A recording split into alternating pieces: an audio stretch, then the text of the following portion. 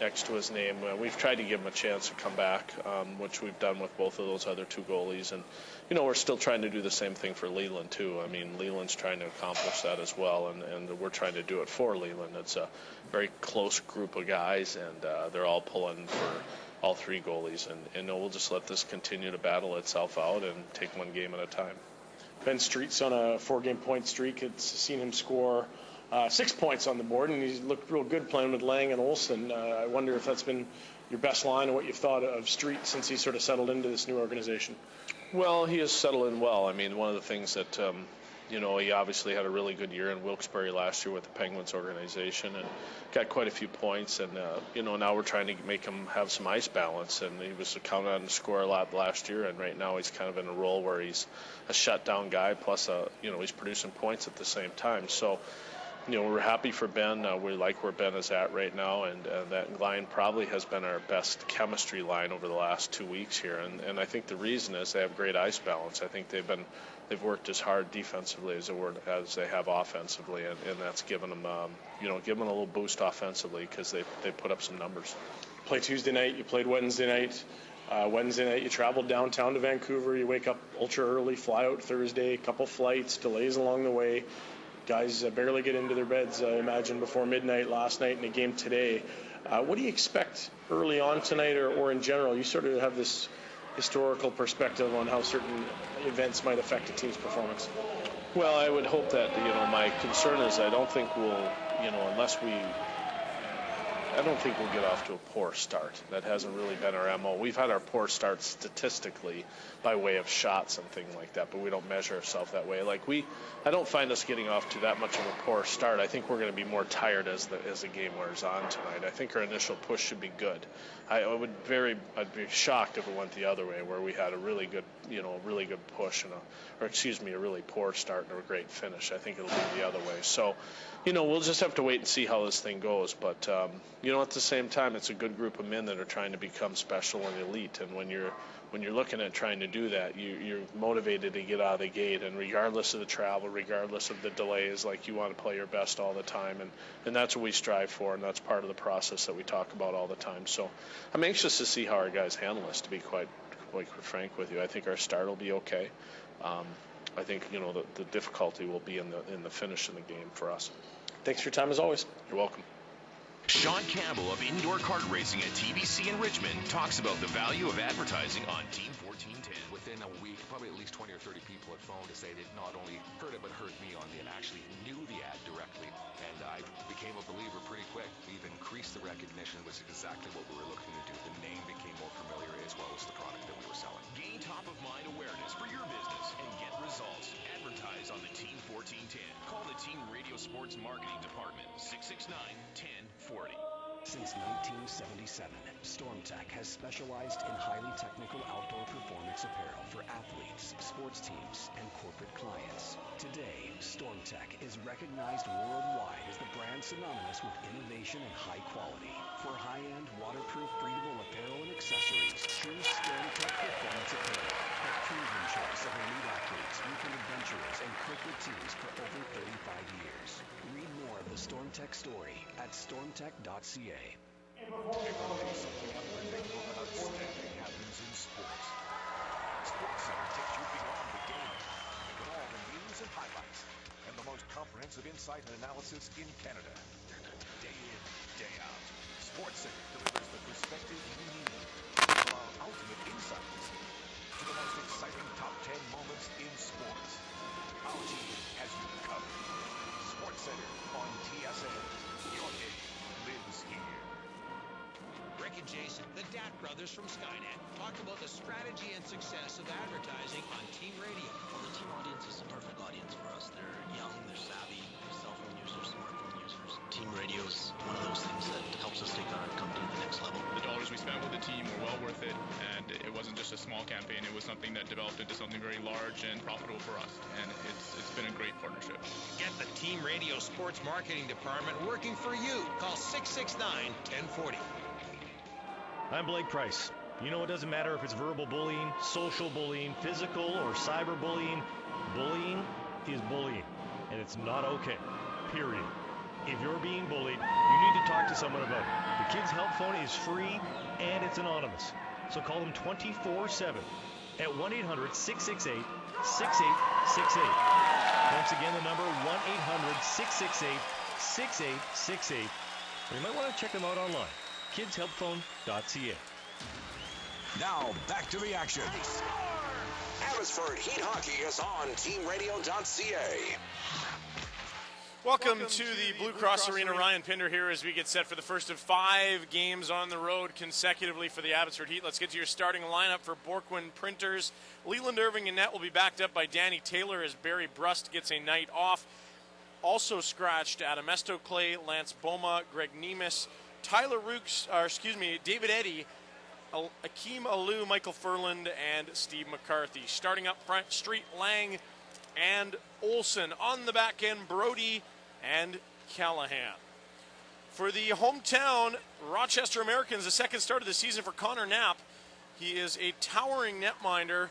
His elbows above the crossbar as he stands to our broadcast right in these gorgeous white Americans jerseys with the blue and red trim. Named one of the top jerseys in hockey continually through any survey or rating from no matter what magazine's doing it. One of the more popular unis out there. Starting on the back end, the defensive pairing of T.J. Brennan and Alex Biega up front. Mark Mancarry, the former Chicago Wolf. Luke Adam, a big man as well, and Kevin Sunder, former Western Leaguer. It'll be Street against Adam as we are set to drop the puck in Rochester for the first of 8 this season between the Amerks and the Heat. Heat win the draw. They'll get it through center ice. Chipping one to the line is Street. Unable to get it in, but Olsen follows up the play and chips it into the left corner of the Rochester zone. There's Brennan left side. Looking up the wing, stepping in front of that puck's Olsen. Street sharp angle shot, misses the net, and whisks out of the left corner all the way down into the Heat zone. Behind the net goes T.J. Brody. He cuts up on the left side towards center. He plays on the right for Olsen. His pass to the left corner off the stick of Biega. Street plays behind the net. Lang tried to slide it to his right. Sunder's there to steal. Sunder leaves for Brennan, who chopped his man to the deck. Just one referee on the ice tonight as the Amerks flip this one into the Heat zone. Brady Lamb, right corner of his own zone, chipping it forward, and the winger scooping it up and through center is Olsen. He'll get it in on the backhand and make a change early. We've played 52 seconds, no score here in Rochester. Left side with the puck, Marcus Foligno, a wonderful young talent in the Sabres organization who would not be here without the lockout. And on the other side, it's Berchi in his line with Horak and Walter for the Heat. Americans have it to the side of the Heat net, loose in the slot. Walter will play to the left side, and unable to click with Berchi is cutting it off as Foligno. Behind the net, Amerks have it. Up to the left wall, spinning on a dime is Rankin. Pass for his man behind the net, comes to the point, shot tipped off the mark and wide. Good cycle down low by Rankin and his unit up front. Veroni out there as well. Here's Rankin in the right corner. Pinned by Lamb and down to the deck he goes. Foligno in after the puck. Plays left point. Long low shot. Stopped by the Heat. Horak has a man ahead of him. Tried to thread a pass through the legs of his man. He does get it to Berchi eventually. They'll dump it in and get a change. Onto the ice. Byron, Sylvester, and Kolanos on the back end now. McKelvey and Piscula. There's a pass off the mark from the Americans, and Kolanos will hold it in on the right wall. He's now stripped. And Girgensons, the 13th overall pick of the Sabres in the first round out of the USHL, an 18-year-old in the American League here. He turns it over at the line. Deep in his own zone, Gauthier Leduc will get it up the left wall. Just inside his own blue line is the captain, Porter. He'll play to the right. There's a pass off a heel of a skate, and Sylvester's down the left, winding, fakes.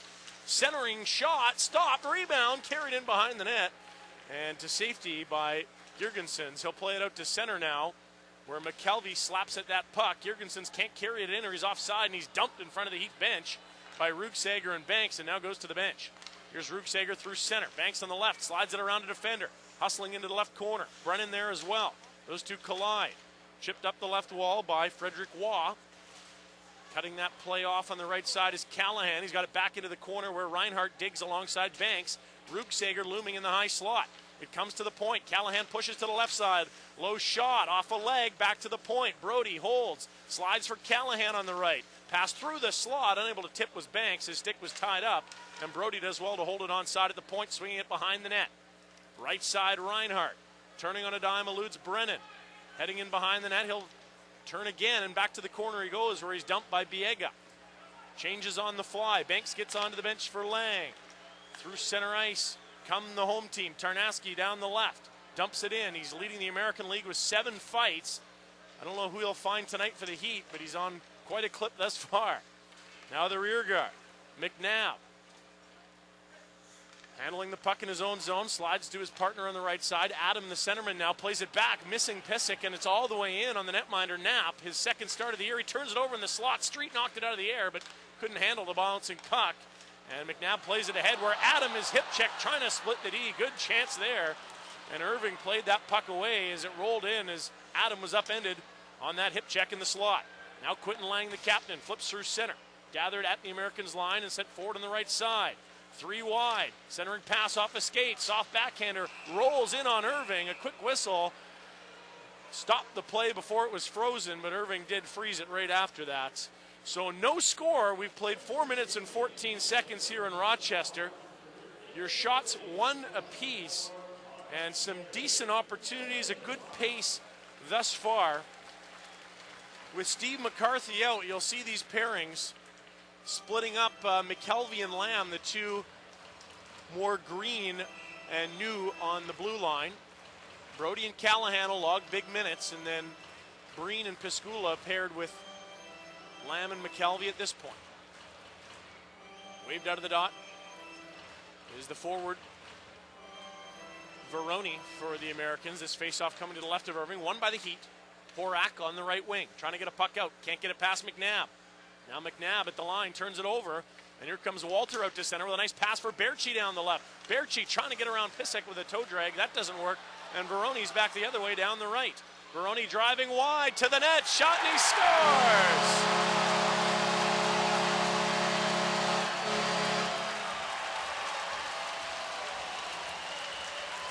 1-0 Emerks, a beautiful move down the right.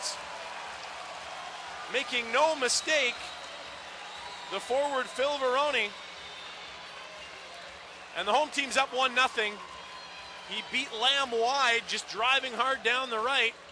Got behind the defender and then went roof as Leland Irving went for the poke check. Time of the goal, 4 minutes and 34 seconds. An even strength goal for Veroni. We'll wait for the announcement on the assist. That was off a poke check, I believe, from Pissick on Berchi that got that puck through center ice. Here's Horak, right side of center, dumping it in as we await the announcement.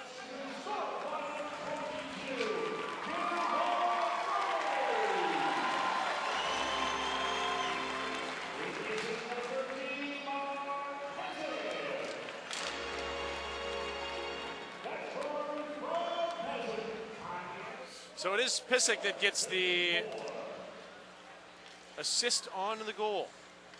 It is 1-0 Americans. The Heat tip this in from center ice. Biega's back to get it, sending it up the wing. Byron leans on his man, but it still comes to center, and Flynn will chip and chase. McKelvey's back to get it. Sliding it up the left wall, looking for Kalanos. Cutting that off, not letting Kalanos get it, is Porter. And now the Heat try the right side with Dustin Sylvester. Backhanded off the window to the line. They say onside as Porter rips one on net, high and over the bar, but gloved by Irving, who will get a whistle. 1-0. Just 2 shots on net thus far for the Americans. Their second finding the back of the net.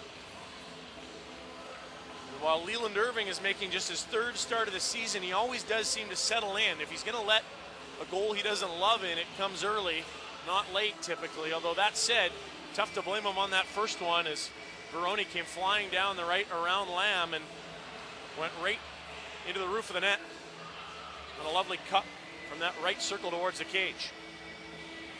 So the face-off now to Irving's blocker side, won by the home side. Viega's long shot hit his own man in front, and Byron's going to skate this out to center, spotting Kalanos, who gives it right back. Byron down the left, dropping for Kalanos. Slot shot stopped. Kicked out by Knapp. On the right wing, Byron bumps into his man, unable to get it out was the forward Girgensons. Now on the left there will get it to center, and Piscula handles for the Heat, playing it forward, but the Heat making changes there, couldn't touch the puck. And too many men on the ice as it did touch them. So a penalty coming up on the Heat. They'll be on the penalty kill when we return. It is 1-0 Americans. Abbotsford Heat Hockey is on teamradio.ca. I'm Bob Marjanovic with Team Radio. And if you feel you're being bullied, I'm talking to you. Never allow yourself to be made a victim. Never be bullied into silence. You've got to tell someone. The Kids Help Phone is free, anonymous, confidential, and open 24 hours a day. All you have to do is go to kidshelpphone.ca or call them toll-free at 1-800-668-6868. Here it is again, 1-800-668-6868. Hello, Mom and Pop Roofing, serving the Lower Mainland since 2011. Do you provide free estimates? We sure do. And do you provide 50-year non-prorated warranties? Well, And is your workmanship covered by the shingle manufacturer for 25 years? Heck no. Who do you think we are, Berard Roofing? Want the best warranty in the business? Backed by GAF, the largest shingle manufacturer in North America? Call Berard Roofing and Drainage. We've got you covered. BerardINC.com. Now, back to the action.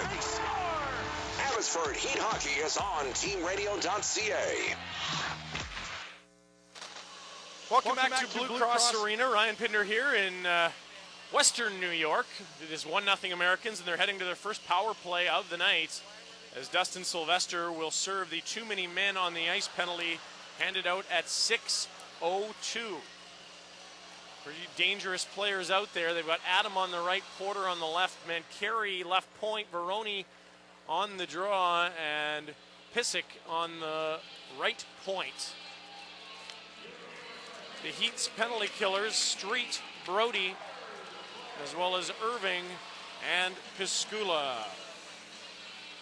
Pissick at the right point has slid all the way almost above that right circle, way over on this formation, and the draw won by Veroni right between the two defenders and down the ice. That'll give the Heat penalty killers a little bit of space here as they, all four red jerseys now in the offensive zone. Here comes Veroni on the left side through center. His pass for Adam, taken wide, poked away, loose inside the line, and shoveling it down the ice is TJ Brody. He got it to the Americans' line, no further. Now Mancari to his left. Pissick into the offensive zone. TJ Brody got a piece of that dump in. Piscula around to Lang. Lang tied up. It's to the line. Adam holds, plays across. Long point shot off the mark from Mancari. Centered by the Heat out of the corner. From Piscula to Lang. He'll skate this through center shorthanded and flip one wide of the net. Mancari back to gather as the Heat make changes. Just a minute and 10 seconds remaining on this minor for too many men on the ice. The Heat penalty kill, the top-ranked unit in the American Hockey League, coming in 50 of 52. Here's Porter, right point. Sliding to that right wall. No, it's left. He faked that pass. There's a sharp angle shot off Callahan, high and wide, and bouncing at the right wall where Mancari is bodied, and Olsen pushing it to the line and out. And here's a chance, shorthanded now. A good stick lift on Carter Banks, and Porter stole it right back, and he's carried into the slot area. Olsen strips him and gets it out to center. But heads-up play there by Olsen, nearly springing Carter Banks on a shorthanded breakaway. They have bought 3 shorties already this season. They've only surrendered 2 power play goals. 30 seconds remaining on the penalty for too many men. Irving swings it around to the right corner for Callahan. He's working on the end wall, pestered by a pair of Americans. Foligno comes in, cleans them up, and sends them to the deck. That puck at the left point now. McNabb to the right side. Brennan back to McNabb, left point. Over to the left wall for Flynn. Back to the point. Long shot, stop, rebound, covered by Irving. Can he freeze it? No, it's on the goal line and swept away by Callahan. 6 seconds left, left wall. With the puck is Flynn. On his feet is Sylvester, set to join the play. The Heat have killed it off, 51 of 53. And here come the Heat now, 2-on-1. Sylvester down the right. Fresh out of the penalty box, he cuts to the middle and is stripped by McNabb. Following the play is Kalanos. He centers, tipped away by the netminder Knapp, and loose on the left wing. Good chance there, right out of the box from Sylvester. Kalanos gave him another one after he was stripped in the slot. Brody forced out to neutral ice as he tried to walk the blue line. He'll play it back to his partner. That is Joe Piscula. Heat making some changes up front. Byron and Kalanos out there with Sylvester. Brody's in the left side of his own zone, trying to elude his check with those great skating wheels he's got, and he does. Here's Byron now gaining the line on the right. Cross-ice pass intended for Kalanos. Tipped to the point, held in. Wrist shot off a stick and over the back of the net from Brody. Kalanos turns and swings it towards the cage. Sylvester got in front of that one and plays to the point for Piscula. To the left point for Brody. Back to Piscula. Low shot kicked out by Knapp and loose on that right wall where Waugh will skate it out to center ice. Looking for Tarnasti down the left. He's bumped into by Piscula right into the turnbuckle. Good hit there for Piscula, our first candidate for our Fix Auto collision of the game on the big man who leads the American Hockey League in scraps. Right on the turnbuckle. Ouch. The Heat have got it the length of the ice. Knapp dumped. Penalty on the way. It's going to be on the Heat. Walter for goaltender interference likely as Knapp's all the way to the bench for the extra attacker. Down the right. Long shot. That one from Biega off the mark. Left wall Mankari. Extra attacker on the ice for the home team. Biega to the right point. Poked away by Horak. Down the ice it goes. And interference called on the Heat. This will be Ben Walter. Not to start. The Heat want 2 penalties in the first 10 minutes. They're down 1-0, but 1 for 1 on the penalty kill thus far. Their second kill on the way. Likely goaltender interference on Ben Walter. Time of the infraction, 9:40. The goal scorer earlier, Veroni from Pesek, and the Americans win the draw. It is goaltender interference. Lang's clearance goes into his own bench, and the first 7 seconds have fallen off the penalty clock. There'll be a face-off outside the Heat line. Street will take it. Lang lines up in front of his own bench on the right, and Breen moves into the middle below that face-off circle at center ice. Street won the draw. Callahan back after the puck. Gathers it in the corner, looks up ice, and whacks one all the way down to the American zone. Good clear here early on in this second penalty kill of the night. Heat converting the penalty kill at 96+%, far and away the top kill in the American League. Leland Irving into the trapezoid to play the puck. It swung around to the left wall. Pinching is Brennan to keep it deep. Callahan has it on the end wall, working alongside Breen. Looming in the slot is Lang. If they can get it to the slot area, he'd be able to clear it, but the Americans come away with it and find a man at the left point, McNabb. He's got the puck. Moving to his right, McNabb fakes, holds, centered, tipped away by Street, and he's after a loose puck on the left. Has it to center where he's bumped by Brennan, but now we'll head to the bench as he got it all the way into the American zone. Brennan's back in on the right side, looking at the blue line. Place for McNabb. Wrist shot, stopped by Irving, no rebound, and a whistle with 56 seconds remaining in Ben Walter's minor for goaltender interference. For Walter, it's his third minor of the season. That follows a Sylvester served too many men penalty. And the home team already up 1-0 here with 56 seconds remaining on their second power play of the night. Draw won by the Heat. It's in the corner, walking out on the backhand and putting it over the bar was Porter. He's got 4 goals. He nearly had his 5th as he walked out off a draw won by the Heat. Managed to find his way to top of the blue paint before a backhander went over the mark. We'll try this again from the blocker side of Leland Irving, making his 3rd start of the season. As Brust and Taylor have been so good early on, Irving hasn't been bad, but it's just been tough to get ice for him. 3 goalies, 1 crease. Olsen's on the draw to the blocker side of Irving. He wins it back for Piscula, who will rifle this down the ice. It's penalty kill. You got to love what they've done on the face-off dot. That high percentage, a lot of it has to do with obviously goaltending and willingness to sacrifice your body, but winning draws certainly helps a lot. Americans have it back into the Heat zone. Olsen crunched on the end wall, but he'll rifle that puck around the right wall and down the ice again. Took a hit to make a play, and Olsen will get to the bench for a fresh set of legs as Street and Lang come on for Olsen and Banks. Defensive pairing, Brody and Piscula. Final 19 seconds of the man advantage. He stripped the man coming through center, Veroni, and will send it all the way down the ice. And that will almost do it. Just 8 seconds left as it's skated out of the American zone by Mankari. Spots a man on the left. Girgenson's getting it in deep. It rims around to the left corner. Breen leans on his man. Out of the box is Walter, and Horak trying to clear the puck actually hit Walter out of the box. And now it's loose at center with the Heat sending it into the American zone. Horak, Berchi, and Walter on the ice. Breen's lost his stick. Walter gives him his and heads to the bench. And he'll get on for Byron as Breen will look to get to the bench for Piscula. And good work there from Walter to give his stick to the defenseman. The Heat got it out. Now Breen's got to change, and everyone's out there with their right stick. Only problem, it's Byron between Berchi and Horak. Irving Gloves a dump it. Will drop for Callahan behind the net. High backhander off the glass, over the defender on that right point and down the ice. Reaching for it was Gauthier Leduc. He could not bring it down. Finley behind his own net to Gauthier Leduc. Back to Finley behind the net. Byron watching the 6'8" rear guard from the other side of the net of Knapp. And Finley now will try a high flip out to center. Piscula gloves it down, but the bouncing puck is swatted into the Heat zone.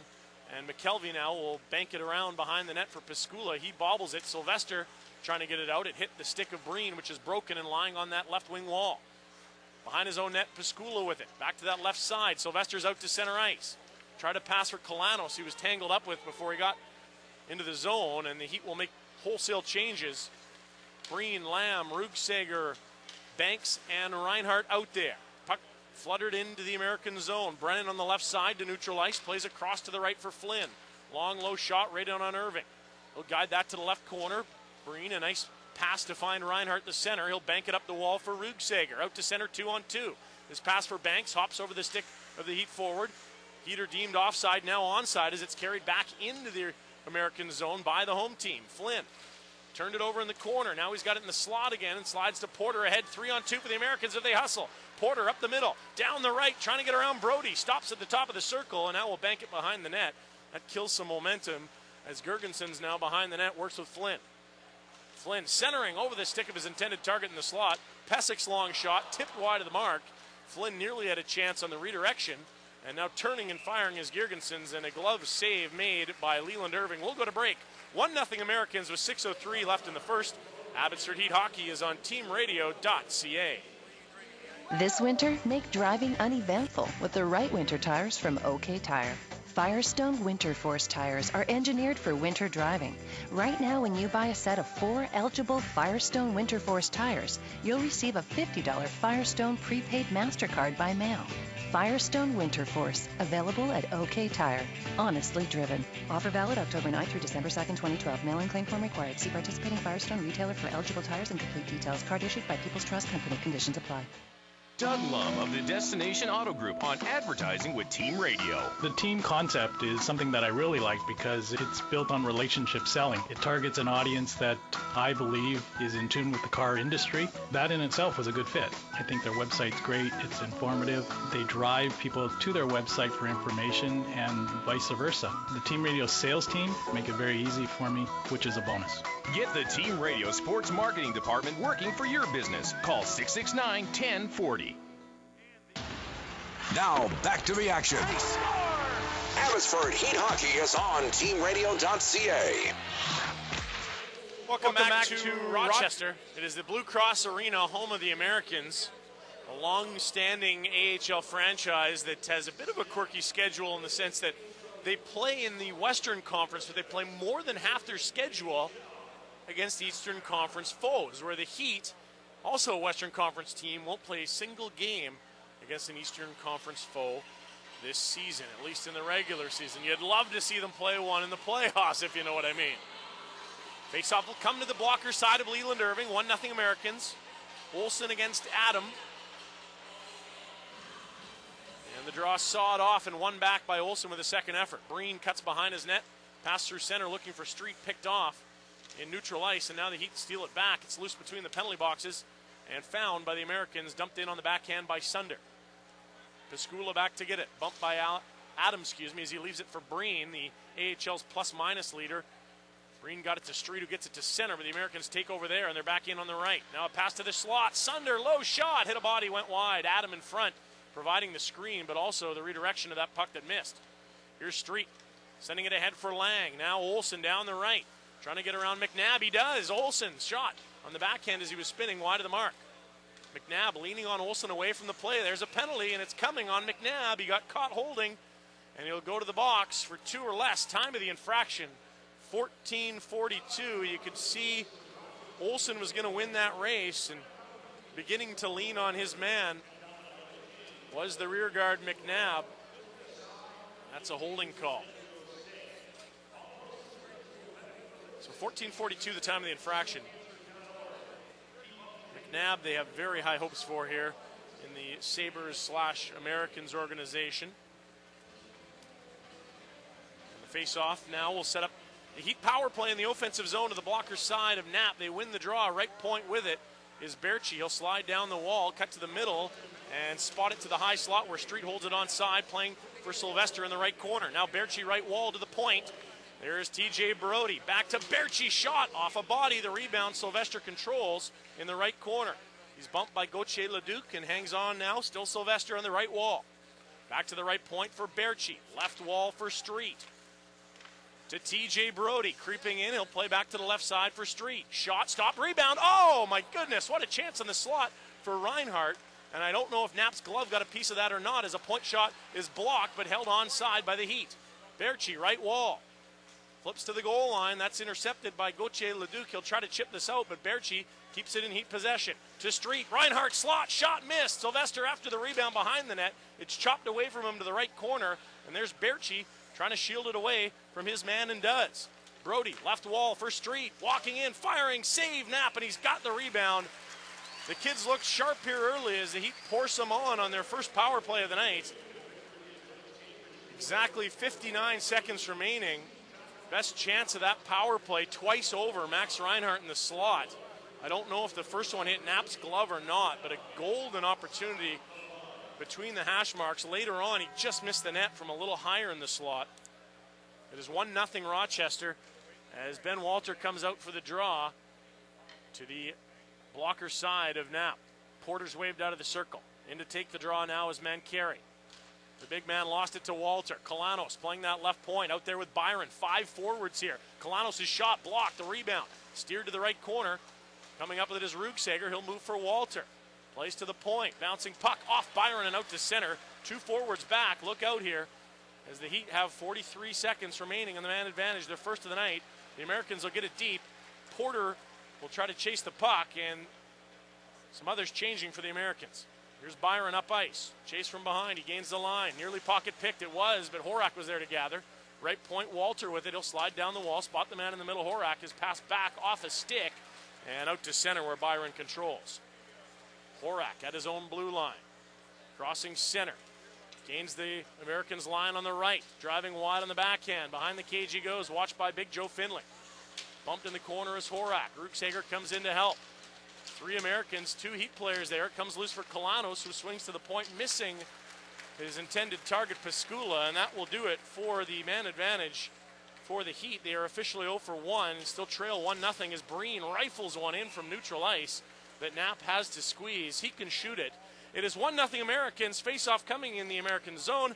Abbotsford Heat Hockey is on the Heat Radio Network. I'm Barry McDonald, and if you feel you're being bullied, I'm talking to you. Never allow yourself to be made a victim. Never be bullied into silence. You've got to tell someone. The Kids Help Phone is free. It's anonymous, confidential, and open 24 hours a day. All you have to do is go to kidshelpphone.ca or call them toll-free 1-800-668-6868. Here's that number again, 1-800-668-6868. This winter, make driving uneventful with the right winter tires from OK Tire. Firestone Winter Force tires are engineered for winter driving.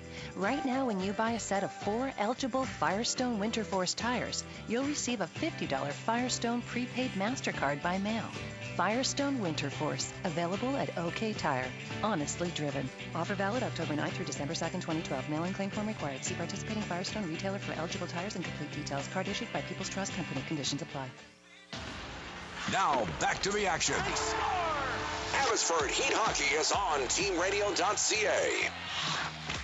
Welcome back to Rochester. The Blue Cross Arena seeing the home team out to a 1-0 lead. The Americans, Phil Veroni at 4:34, the only goal of the game. The Heat have an offensive zone face-off. They are fresh off their first power play opportunity of the night. 3:08 remains in this first frame. The personnel will be Byron, Sylvester, Kalanos, who staggered on that left wall off the draw, coming to Knapp's blocker side. Behind Kalanos at the blue line is Breen, to his right, Pascula. Schofield will take the draw and wins that one for the Americans against Byron. They'll get it up the left wing, Tarnasti through center, and Breen will gather just inside his own zone, banking one through neutral ice. Kalanos directs it right on net. Knapp wants to leave for Brennan and does. His pass up the middle, taken by Schofield to the right side. Kalanos bumps his man Biega down low in the corner as the puck's to center where Byron has it for the Heat. Piscula looking up ice. Zips it in front of the benches. Gathering is Sylvester. Sliding it ahead for Byron. Chance for the Heat here. Byron to the slot. Sylvester turns, waits. Puts to the point for Callahan. Left side. TJ Brody slap shot off the mark. It caroms into the right corner, and Brennan will flip this all the way through center. Missing Schofield, but not enough for icing. Is back to get it is TJ Brody. Behind his own net. He'll play to the right side. Walter turned it over at the line. Rankin slaps one towards the cage. Foligno will gather in the right corner. That pass not intended for Walter. It was a little too hot to handle. It was his winger that Brody was looking for, as the Heat now take it back on the end wall, and Horak on the right side can't get it out. McNabb, fake shot, drives down the left, cross-ice pass, bouncing, now throwing one towards the net, and Foligno robbed. Diving was Irving with the paddle. It hit that of the post, my goodness. Now chipping it into the Heat. Horak chasing after the puck, penalty coming on Berchi. It'll be Pesic for holding or interference. Interference it is, and after a miraculous miss of a net by Foligno, it is the Heat to the power play. What a turn of events. Was that Leland Irving's stick or the post? Let's watch the replay. He got the paddle out at the top of the goal line and batted it out of the net. It was Irving. Wow. That is a save of the season for the Heat thus far. Time of the penalty in the Americans, 18-17. There'll be some power play time that theoretically could carry over to the second period. It is interference the call. The offending party is Pesic. Here's Berchi. To the left side for Street. Shot stopped by Knapp. Rebound to the corner. Batted off the wall and down the ice by the rear guard, Joe Finley, who measures at 6'8", 260 pounds. Not a small man. Big clear there as well. Here's Street through center. Has found Berchi. Over to the right wall for Sylvester. Power play. Now set up as they play to the point for Brody. Bobbled it. Porter pesters him. And Brody will elude a check at center. Slide it over to Sylvester. He has to skate towards his own zone. And now spots Street on the logo at center. He'll back off to his own zone and now play it up the left wall. Reinhardt trying to get around his man Biega, who muscled him off the puck. Wouldn't let him catch up to it after he put it around him. And now Brody in neutral ice again. Will try Street on the left. Trying to drive wide on Biega. Again stripped and sent to center by the Harvard grad. Less than a minute remaining in the first. 1-0 Americans. Heater on the power play for the duration of the period unless they score. Brody's behind his own net. They've settled things down and break out of their own zone. Walter through center. Spots Horak down the right. Horak stops on the half wall. Slides it deep behind the net. Ruksager. Penalty on the way. Flynn touches it. It's another on the Americans. And a big 24 seconds coming up remaining in the first period as roughing, I believe, is being called on Brennan. Third consecutive penalty on Rochester. Time of the infraction, 19 minutes and 36 seconds. And it is Brennan that's going to sit, setting up a 5-on-3. The total 5-on-3 time is 42 seconds. And the Heat on their second and third power plays as we speak. A big draw. One to the right wall. Hustling over is Street. To the corner for Walter. Back towards the point. Blocked by the Americans, but Street keeps it in the offensive zone. Now Brody to the left side for Kalanos. Bobbled it. Can't find it. Now he does. He'll play to the back door. It was knee high. Walter couldn't bat it, so he controls it and heads to the corner. Now flips to the left circle. Brody, side of the net. Kalanos bobbles. Less than a second left. He centers, and the Americans get to the break with that 1-0 lead despite the 5-on-3 advantage. Berchi delivered a cross-check as time expired. He and Veroni were mixing it up. 20 minutes in the books. It is 1-0 Rochester. Coming up in the first intermission, we will have a conversation with Adam Estoclay, the forward for the Abbotsford Heat. Second-year pro, a Dartmouth grad. Arrival mid-season, and what a season he put together last year. I believe a 7-game point streak almost immediately upon arrival. That, a look at the out-of-town scoreboard, the scoring summary, and much, much more. It is 1-0. The Americans lead the Heat through 20 minutes Abbotsford Heat Hockey is on the Heat Radio Network. So, what's your idea for prostate cancer awareness? 2 words, talking prostate. Love it. Let's talk prostate. No, I mean a talking prostate. What? Hey, it's your prostate. You got any idea what's going on back here? My prostate's from Brooklyn. I can make it goofier. Oh? How so? Don't forget to check the back door. That's worse. Dang. A prostate exam isn't a big deal. What it can help prevent is. If you're over 40, talk to your doctor. What about a spicy Latino prostate? No. A men's health message from Team Radio.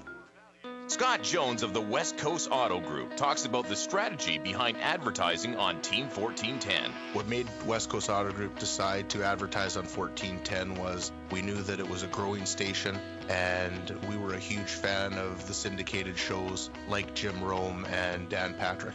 Team 1410 is very competitively priced and very, very good bang for the buck. Get the Team 1410 Sports Marketing Department working for you. Call 669-1040. This is Abbotsford Heat American Hockey League action on TeamRadio.ca. Time for more analysis. Let's head back to the broadcast booth. Here's Ryan Pinder. 1-0 the score through 20 minutes of play. The Rochester Americans lead the Abbotsford Heat on the strength of Phil Veroni's second of the season. As the hometown fans have had lots to cheer about here at the Blue Cross Arena. We will get to our feature guest, Adam Estoclay, in a moment, but first let's recap that scoring summary of the opening frame. Adam, feel free to chime in at any point. Phil Veroni from the former Western League defender Mark Pesic at 4:34, the only goal of the game. Even strength, Veroni took a poke check puck from Pesic at center ice, drove down the right, around Brady Lamb, and a beautiful move into the top of the net. I believe Irving was going for the poke check. You going to verify that for me, Adam? Yeah, it kind of seemed like it. That's kind of one of his go-to moves lately. And not a bad idea with Veroni, obviously, really worried about getting around Lamb. Sometimes you can catch that guy worried about the defender more than the netminder, but the puck went in, Veroni's second of the year, and it's 1-0. And he more than made up with it later in the period. No question. Save of the season. That's right. We'll get to that. But first, 2 penalties taken by the Heat consecutively. First, too many men on the ice at 6:02 with a puck sent in front of the Heat bench during a change. Then Ben Walter for goal interference at 9:40 when he got tangled up with the towering netminder Connor Knapp. The Heat would kill off both those penalties and are now 52 of 54 on the season. The penalty kill done. The power play would then get some chances to work. McNabb for holding at 14:42. Pesic for interference at 18:17. And Brennan for roughing at 19:36. There's still 18 seconds of 5-on-3 time remaining for the Heat. Officially 0 for 1, penalty kill 2 for 2. And that's your scoring summary. Your shots through 20 minutes. 11 for the hometown Americans, 6 for the Heat. On the other side, Adam Estoclay. Abbotsford Heat Hockey is on the Heat Radio Network. Millions of players in over 200 countries can't be wrong. Bet365 is the place for action. If it's not yours yet, what are you waiting for? You can still action it up with the Bet365 $50,000 handicapping challenge. There's still $1,000 to be won each week during the football season. Think you got skills? Pit them against people all over to try and grab the weekly prize. It's free to join and free to play at bet365.net. If you're planning an epic birthday bash, an unforgettable stag, or a spectacular staff Christmas party, there's one place you should consider first. The Kingston Tap House and Grill in the heart of downtown Vancouver. The perfect venue for any special occasion. With 6 unique rooms, the Kingston can accommodate any size group up to 300 people. And you can customize your entire event, from sit-down dinners or buffets to special group menus and drinks. The Kingston Tap House and Grill, your urban oasis on Richards between Robson and Georgia. This is Abbotsford Heat American Hockey League action on TeamRadio.ca. Time for more analysis. Let's head back to the broadcast booth. Here's Ryan Pinder. Well, 1-0 for the Americans through 20 minutes. Pleased to be joined by Heat forward and second-year pro Adam Estoclay. Adam, how are you? Doing well, thank you. It's great to have you in the booth. We'd love to see you on the ice with a hat trick already, but this is the circumstances we're left with a 28-man roster. What did you see in the first 20? Yeah, I mean, Rochester's obviously a really good team, playing well at home. But I don't know. I think we're good. We were just talking about that. We're not always the fastest first period team starting off, but I think we're in a good spot right now. Power play starting off the second, so I think we're going to be okay. You prompted me to look up the stats of the first period this season. The Heat have a 9-goal to 8-goal margin in the first. So they've scored one more goal in the first than they have than their opponent all season. But comparing that to the second, it's 15-4. To the third period, 18-5. What is it about the starts, Adam? I know, it's crazy, right? I mean, everyone's, they're ready to get to the game, and once I guess it takes us a period to get going, see what they got.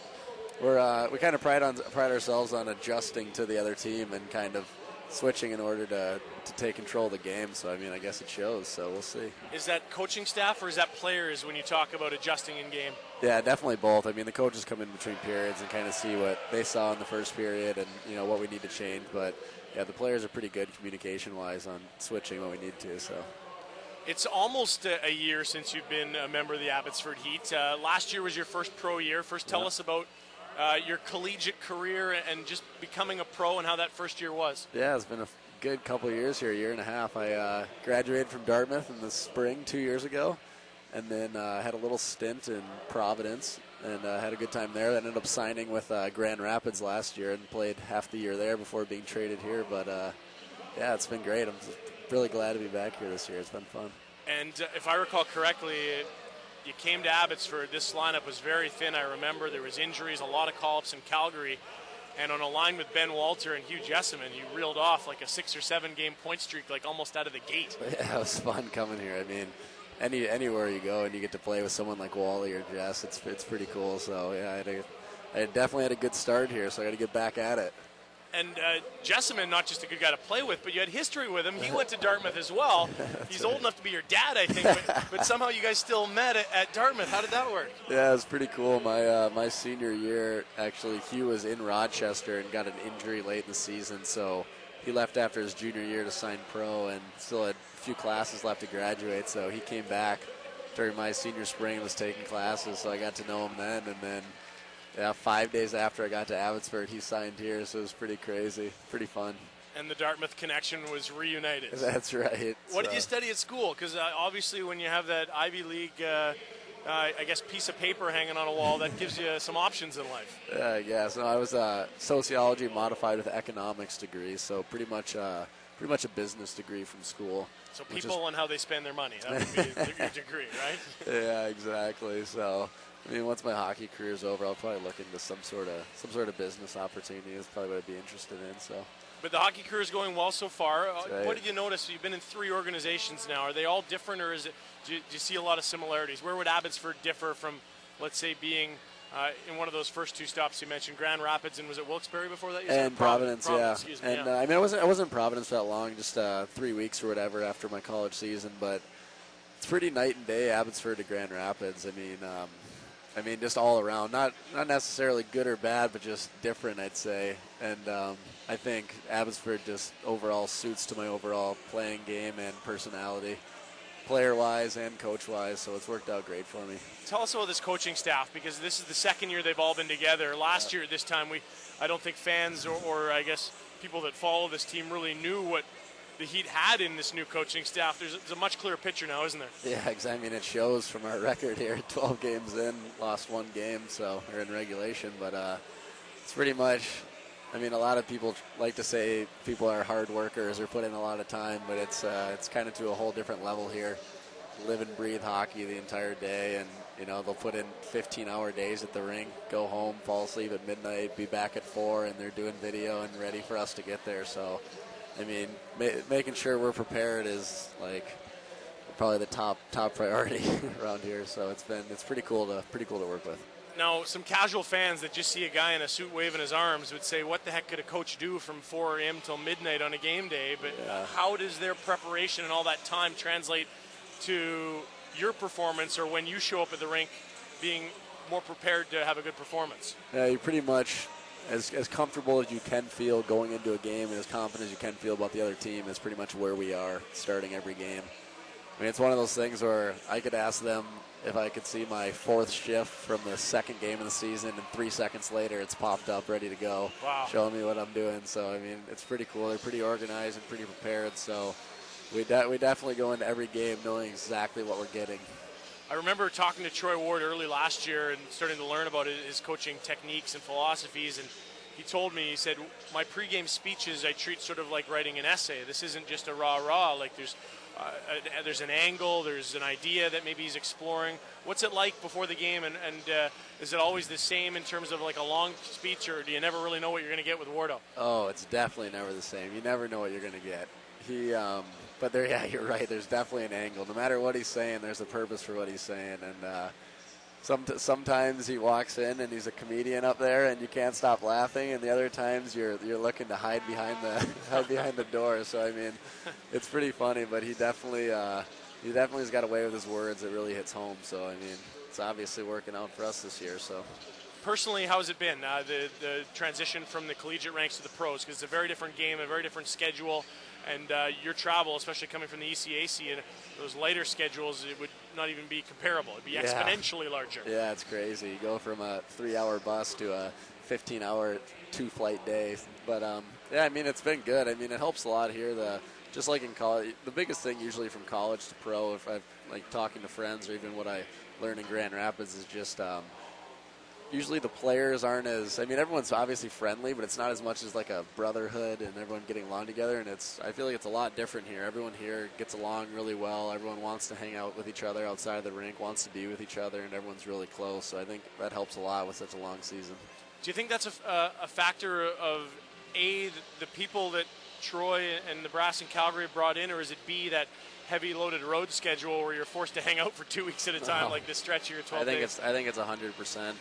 Weisbrod and Troy, they bring in guys they know really well and guys that they've dealt with before, and it's they're more, as they say, they're more bringing a guy in for his personality or for his character rather than his total hockey skill. That might sound crazy to an outsider. Just elaborate on that if you can. Yeah, I mean, it's one of those things that everyone says in team sport, a bunch of individuals don't win unless you have a team game. But, they bring in, there's a lot of character guys in our team that, pretty much just want what's best. And, there's fourth line guys knowing they're playing fourth line roles and they're happy with it. And as long as everybody knows their role and knows what they're playing and is helping each other, it's crazy what it can do. Thoughts on how the visitors are going to turn this thing around tonight? You've seen 1-0 deficits at the break before this season. Oh, yeah. I mean, it's obviously probably going to stay a close game. We don't let many teams get out of control here. But yes, your one loss in regulation was a 1-goal loss, so that might be understating it. Yeah, I think starting off 5-on-3 here in the second period, going into a 5-on-4 power play is going to be a huge momentum, regardless if we get a goal or not. And then I don't know. I'd like to see us get a goal in the first 10 minutes here and then go from there. Pleasure catching up. Well-spoken, but we'd expect no less from a Dartmouth grad. Great. Thank you. Appreciate it. Thanks so much for your time. That is Adam Estoclay, second-year pro, forward for the Abbotsford Heat. On the other side, a quick look at the out-of-town scoreboard. The Heat down by 1, but keep your eye on that 5-on-3 clock.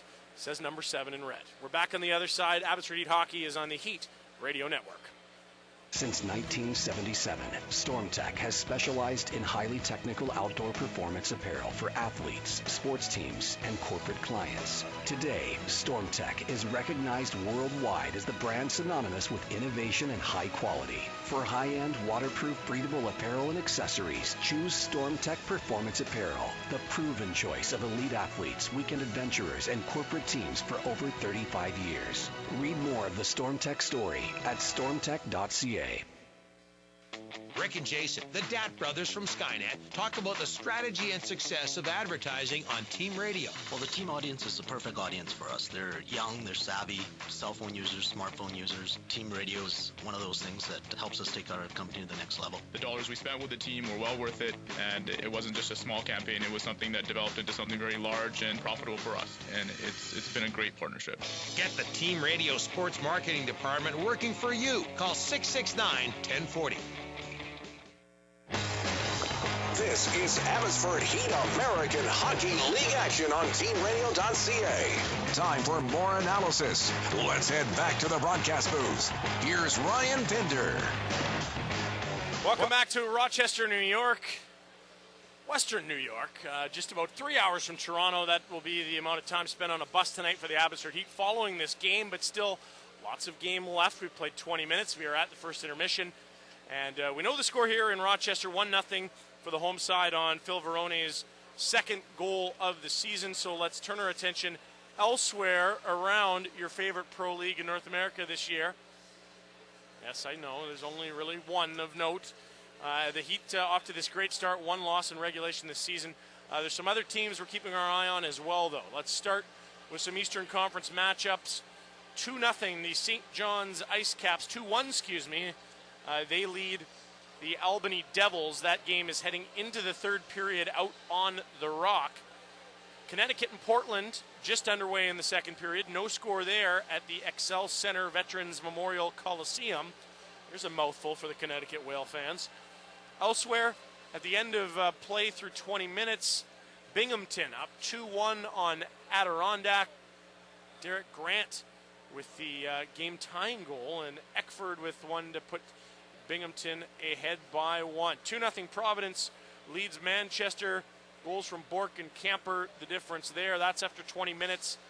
And the other game that is at conclusion of period 1, Wilkes-Barre Scranton leading the Bridgeport Sound Tigers 2-1. Eric Tangradi, a pair of goals, where Sundstrom has the lone goal for Bridgeport Sound. Toronto and Hamilton in the first of 2 games in 2 nights. They're midway through the first, no score. This one at Copps Coliseum. Tomorrow at Ricoh. The Marlies then will host Abbotsford Sunday afternoon, 3 Toronto time, noon Pacific. Grand Rapids and Lake Erie in action. They're knotted at zeros midway through the first. Hershey trails Syracuse 1-0 early in that game. Norfolk tied 1-1 with Springfield. Springfield allowing 1 goal. They and the Heat, the top 2 stingiest teams in the AHL. Springfield's allowed 20 on the season. The Heat have allowed 21. Later tonight, Milwaukee at Oklahoma City to face the young quartet of NHL stars for the Oilers, who have done, well, all right, but they're barely over 500. Chicago's in Peoria later on as well in a state of Illinois matchup. Charlotte in San Antonio, and Houston in Rockford. About 40 seconds from puck drop here in Rochester, the Blue Cross Arena. Fantastic crowd, which is something the Americans have come to expect this season. They've turned this around, and chatting with some of their staff, it has been a decade-long frustration in terms of attendance in the business here in Rochester, but the return to the affiliation with the Buffalo Sabres has been great, and there they are in the top 7 in attendance in the American League, averaging 6,960 fans. Another healthy crowd on a Friday night here, with the Heat set to start the period on a 5-on-3 for 18 seconds. That followed by a minute and 36 seconds. Or excuse me, let's subtract 18 seconds of that. A minute and 18 seconds of 5-on-4. Walter, Kalanos, Street, Brody, as well as the forward Horak, and the Heat win the draw, though it took a few moments, and now they're in their own zone with Veroni chasing. Here's Brody out of his own zone, 5-on-3. As Kalanos to his left, he'll gain the line, play to the right wall for Ben Walter. Back to Brody, top of the point, his pass batted down by Veroni, loose on the wall. It's 5-on-4 now out of the box. The Americans penalized player, the first of 2, Mark Pesic, will get to the bench. 5-on-4 now for a minute 10. Heat trail 1-0 early on in the second frame. Brody walking down the middle, stripped, banked off the right wall and down the ice by the Americans. Brody, surrounded by white jerseys, pull up to the wall would have worked, but he didn't have anywhere to go. He was swarmed by the men in white. Here's Horak through center, 3-on-3. He'll drop on the right wall for Ben Street. Street to the right corner. At the goal line, he'll bank it behind the net for Kalanos. Sharp angle shot off the mark. Walters found the rebound on the right wall, playing to the slot for Horak. Back to the point, Piscula. Right side, Walter. Back to Piscula, left point. Fakes a pass down the wall, moves to the right for Walter. Walter's shot tipped, hit a body in front, never got to the net, and Piscula holds a clearing attempt left side. Kalanos on the left wall, back to Piscula. Final 20 seconds, long shot, Piscula hits Street, goes to the corner. Kalanos behind the net looking for Ben Walter. Tied up by Mancari, but Walter holds it in, and Mancari will now rifle it around the zone and to the line. Good work by Piscula to hold it onside, but the second attempt also blocked by Piscula. And now sent down the ice, back to even strength of the Americans. Out of the box, they got a 3-on-3. There's Porter on the left wall, pestered by Horak. Horak stripped him of the puck. Porter's on all fours. And Horak will now get this to neutral ice where his pocket's picked. Offside, called off at the last moment. Waugh now, right side shot, stopped by Irving. Rebound poked to the corner by the alternate Captain Piscula. Pesek, long shot, rebound, stopped by Irving. Lightning quick left hand as the long point shot through traffic was stopped, and Waugh on the follow from the slot, robbed by Irving. Not a shot on that 5-on-3, overlapping into a 5-on-4 for the Heat. Troy G. Ward won't like that. They really didn't get a chance to set up and zip that thing around the zone as much as they would have liked. Still 1-0 Rochester. We're back to 5-on-5. The Heat power play officially 0 for 3. They're 0 for the road this season, and this is their fourth test away from the AESC this season. Berchi gains the line on the left. Playing ahead for Byron. Stripped to the puck. Americans back the other way, but Breen intercepts a pass at his own line. Berchi right side of center. Chips one in. Back to get it. Pesek to the left corner. Spinning away from Macheka's McNabb, and in behind the net he goes.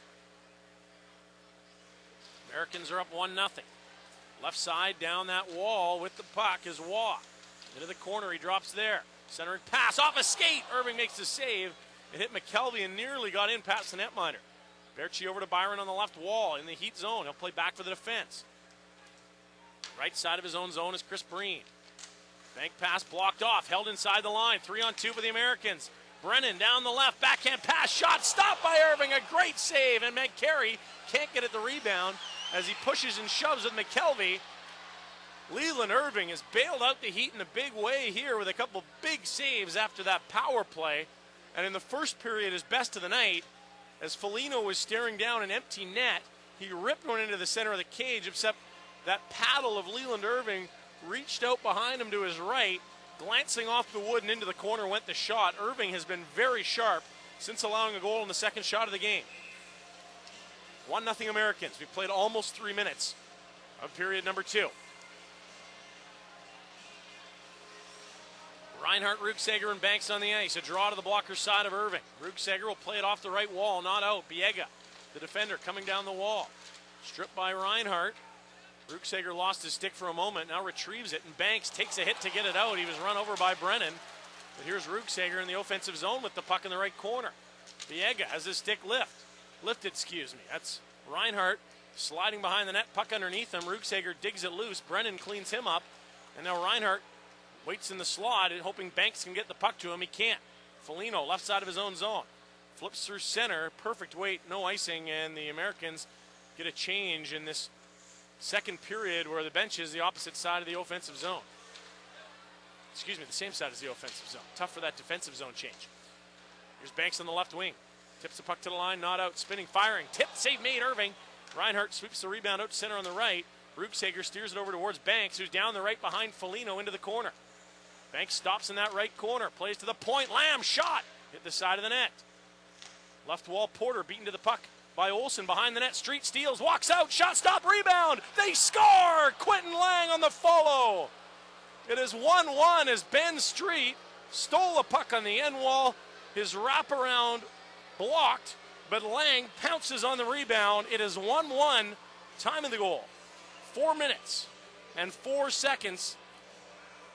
An even strength goal from the Heat. Lang from Street for sure. And all of a sudden, things are knotted, a goal apiece. Street's at center now on the draw against Porter.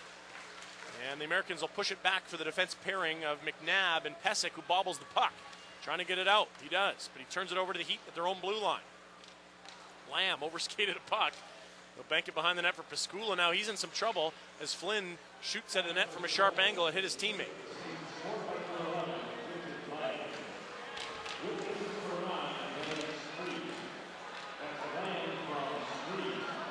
Here's Street driving wide on the right. A one-handed chance sniffed out by Knapp. He will cover up. And your score is 1-1. That line of Street, Olsen, and Lang continues to impress. Ben Street has extended his point streak to 5 games now as well. He has 1 goal and 6 assists in his last 5 games. What a pickup out of Wilkes-Barre Scranton last year, where he recorded 57 points. Quentin Lang's goal puts him to 3 on the season to go with 5 assists. He's been productive. You know you're going to get a great penalty killer and one whale of a leader. But some offense as well this year, as he did last year prior to getting injured early in the new year. Americans win a draw, get a puck out to center out of their own zone. Veroni down the right, leaned on by Callahan, the puck to the corner. Veroni behind the net for Foligno. Callahan bumps him, has the puck. Rankin trying to steal, he does. Rankin all the way to the point for Pesic at the right side. Down to the right circle for Veroni. Turning, firing, stopped by Irving, rebound to the wall. Sylvester off the wall, not out, held by McNabb at the line. Kalanos bumps into him. Sylvester blocks a shot, and it's 2-on-2 to center for the Heat. Sylvester down the left. Long shot, wide of the net. Byron will find the rebound on the right side. Chipping it deep for Kalanos, who lost an edge in the corner. Pesic will gather behind his net and play to the left wing. Missing the puck is Rankin, and this should be icing on the Americans. They'll try to get a change, but will not be allowed to by the officials. Icing. We have played 5 minutes and 23 seconds of period 2. Lang's third of the season from Street has tied the game at 1. Street has now got 9 assists, and this is 14th game. Americans get it to the line at the right point. Breen pushes it down for Walter. Into the right corner for Horak, trying to get around McNabb. He's got Berchi on the other side of the trapezoid. Berchi in to help. Puck comes past him, and Pesic will skate up ice. Nice pass to find his man on the left. Tarnaski, long shot, stopped by Irving. No rebound to be found. And the two big men, Tarnaski and Breen, look at each other. Nothing will happen. Breen protecting his netminder, covering the puck. Tarnaski doesn't seem to have any interest in sparking anything against the big man Breen, but he isn't shy either. He's got an AHL leading majors tally at 7. Breen shoves the puck behind the net for McKelvey. Centering pass, Walter tips it to center. They say not onside. Or say onside, but it won't matter. He'd carry it out. Horak down the left. Long shot, glove, Knapp the save. He'll hold on. And a face-off coming in Rochester territory. A bit of a pile-up here in the American zone. But just some pushing and shoving, nothing unusual. Out there is Horak, Berchi, and Walter. They'll now get to the bench for Byron, Sylvester, and Kalanos. Chris Kalanos has put together a good couple weeks of physical play. Calgarian 31-year-old, not known for his physical play so much as his offensive prowess, but he's trying to redefine that, I think, and has over the past couple of weeks. There's a backhander from the slot from Sylvester, blocked off after a sawed-off draw. Saw the puck to the slot. Now Kalanos in the right corner, shielded away by Brennan. Viega's back to get the puck, and then Carey on the right wall, pinned by a pinching Callahan, who's got it for Kalanos down low. Leaned on by Biega. Kalanos trying to center. It's into the right corner instead. Byron gives it back to him. Kalanos bumped by Adam behind the cage. Sylvester trying to help. Rammed around the wall. At the right point, Brody will hold it onside. High slot, low shot. Off the mark. Might have been tipped by Adam. Americans will flip it up for Adam, the centerman. He's bumped and now dumps it all the way into the Heat zone, and this will be icing again on the Americans. Another opportunity to change negated by the home side, and the momentum starting to move towards the team in red jerseys, your Abbotsford Heat, who have tied the game at 1 with that Lang marker at 4:04 as he banged in a rebound. It was a Quentin Lang goal if there ever was one, going to the net, traffic, and fighting it in through a crowd.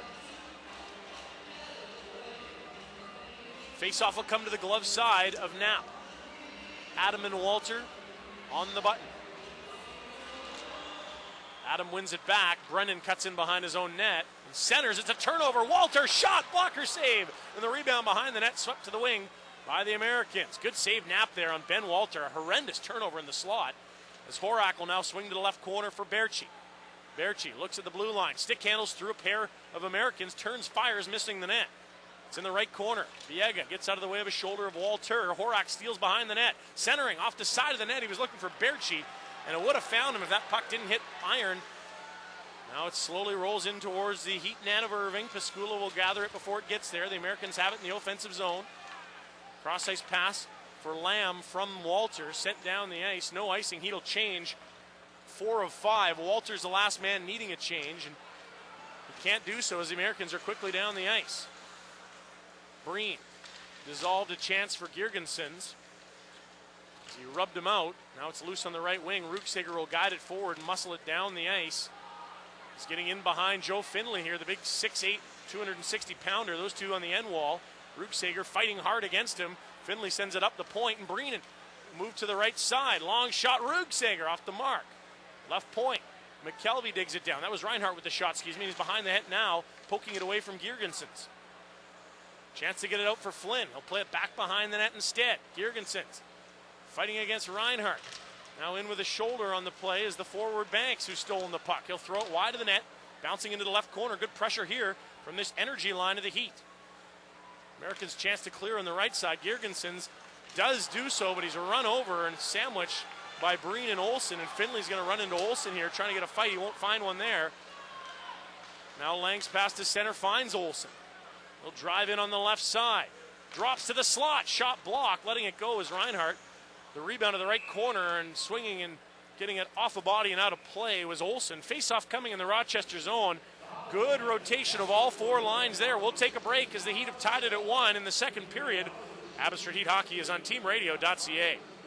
I'm Blake Price. You know, it doesn't matter if it's verbal bullying, social bullying, physical or cyber bullying. Bullying is bullying, and it's not okay, period. If you're being bullied, you need to talk to someone about it. The Kids Help Phone is free, and it's anonymous. So call them 24/7 at 1-800-668-6868. Once again, the number 1-800-668-6868. Or you might want to check them out online, kidshelpphone.ca. Sean Campbell of Indoor Kart Racing at TBC in Richmond talks about the value of advertising on Team 1410. Within a week, probably at least 20 or 30 people had phoned to say they'd not only heard it, but heard me on the and actually knew the ad directly. And I became a believer pretty quick. We've increased the recognition, which is exactly what we were looking to do. The name became more familiar as well as the product that we were selling. Gain top-of-mind awareness for your business and get results. Advertise on the Team 1410. Call the Team Radio Sports Marketing Department, 669-1040. This is Abbotsford Heat American Hockey League action on teamradio.ca. Time for more. Welcome back to the Blue Cross Arena in Rochester, New York. It is a 1-1 score. Face-off coming in the Rochester American zone. Olsen on the draw.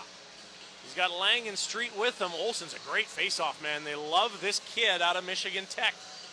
Why wouldn't you? He's been great.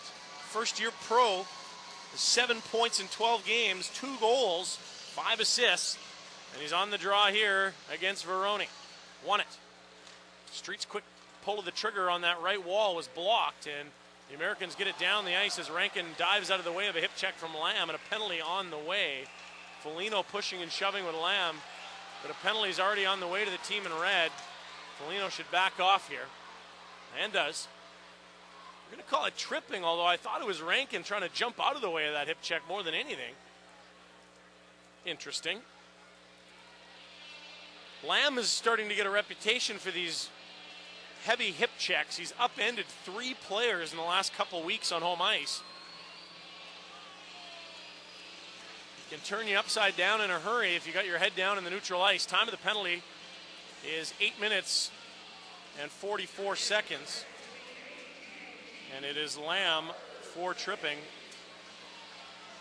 sending the Rochester Americans to their 3rd power play of the night. They're 0 for 2, and the Heat get a clear right off the draw. Penalty killing personnel, Lang and Street, Piscula and Brody. The power play has Flynn, as well as Rankin, Foligno, Brennan, and McNabb. Foligno left corner, cuts in behind the net. Chips it behind Piscula. Rankin pestered by a pair of red jerseys. Trying to dig it out is Street. He's got it to the line. Brennan backhands one over to the left wall. Brody interrupts things. It's out to center. Lang had a body in front of him or he was off to the races. Instead, it's Brennan gathering in his own zone. And the Heat will get changes for both forwards on the penalty kill. Banks and Olsen on the ice. Piscula and Brody remain out there. Brody will be first to a loose puck. Bank it behind the net for Piscula. Trying to get this up the wing for Banks. He does. And Banks to center. Not past the logo of the Americans, as back to cover up was McNabb, and now he'll give to Brennan, who is back into his own zone, watched closely by Carter Banks, who has 1 of the 3 Heat shorthanded goals. They've outscored enemy power plays 3-2, and now have 50 seconds remaining in the minor to Lamb for tripping. Brody and Olsen digging on the right side, and they'll loosen that puck up, and Olsen's out to center ice. Banking it off the left wall and deep, a wholesale change for the penalty killers, except for Callahan, who came out a little earlier than his defense partner, who was now Breen. Flipping this back into the Heat zone is the Rochester power play. In after the puck is Porter. He'll pin Breen, who's got that puck between his legs. 6'7", 230-pounder, gets it to the center of his own zone. Lang will steer it ahead for Street. He'll send it down the ice and give chase. Naps out of his net, bobbling a puck. Now controlling, he'll play it to his rear guard, or Mancari, the point man, a forward that plays the blue line on the power play. Nice handlebar mustache from Mancari. He'll dump it in from center. Novembre showing its face around the AHL now, midway through the month. Puck sent to center. Veroni couldn't hold it on side. Berchi's on the ice, and the Heat have killed it off. Piscula, Breen, Berchi, Lamb, and Walter on the ice. Lamb's in the right corner of his own zone. Sliding it ahead for Walter. He'll get to the bench for a change as Berchi moves in down the right, trying to get past a rear guard. A high backhand shot over the mark. It was Gauthier Leduc one-on-one against Berchi there, and that backhander just over the bar by a few inches. Now Brody left point. Fake shot. Hold. Slides to the right.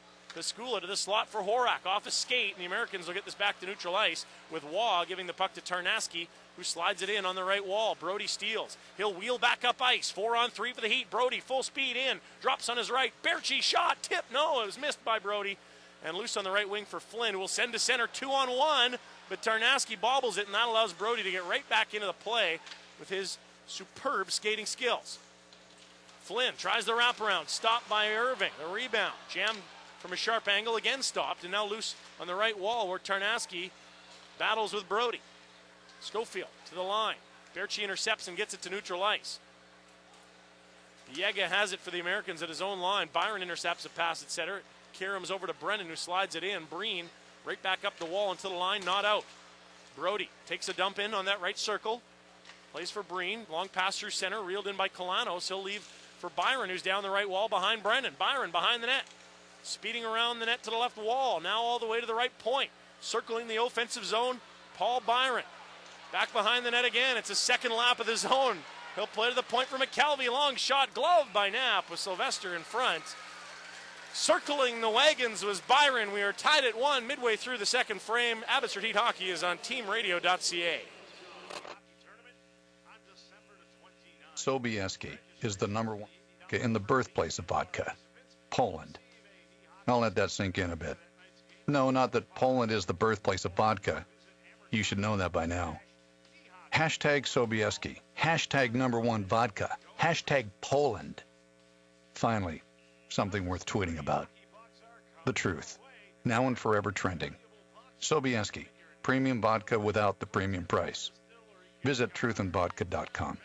This winter, make driving uneventful with the right winter tires from OK Tire. Like the Bridgestone Blizzak WS70, it has a multi-cell compound for improved performance and reliability. Now when you buy 4 eligible Bridgestone Blizzak tires, you could receive a $70 American Express gift card. Offer good October 9th through December 2nd. Bridgestone Blizzak, available at OK Tire. Honestly driven. Mail-in claim form required. Cards issued by American Express Prepaid Card Management Corporation. Certain limitations apply. Participating dealers only. Now back to the action. Abbotsford Heat Hockey is on teamradio.ca. Welcome back to the Blue Cross Arena. 1-1 your score, 7:36 remaining in the second period. Byron, Kalanos, and Sylvester on the ice in the offensive zone. Callahan and Brody on the points.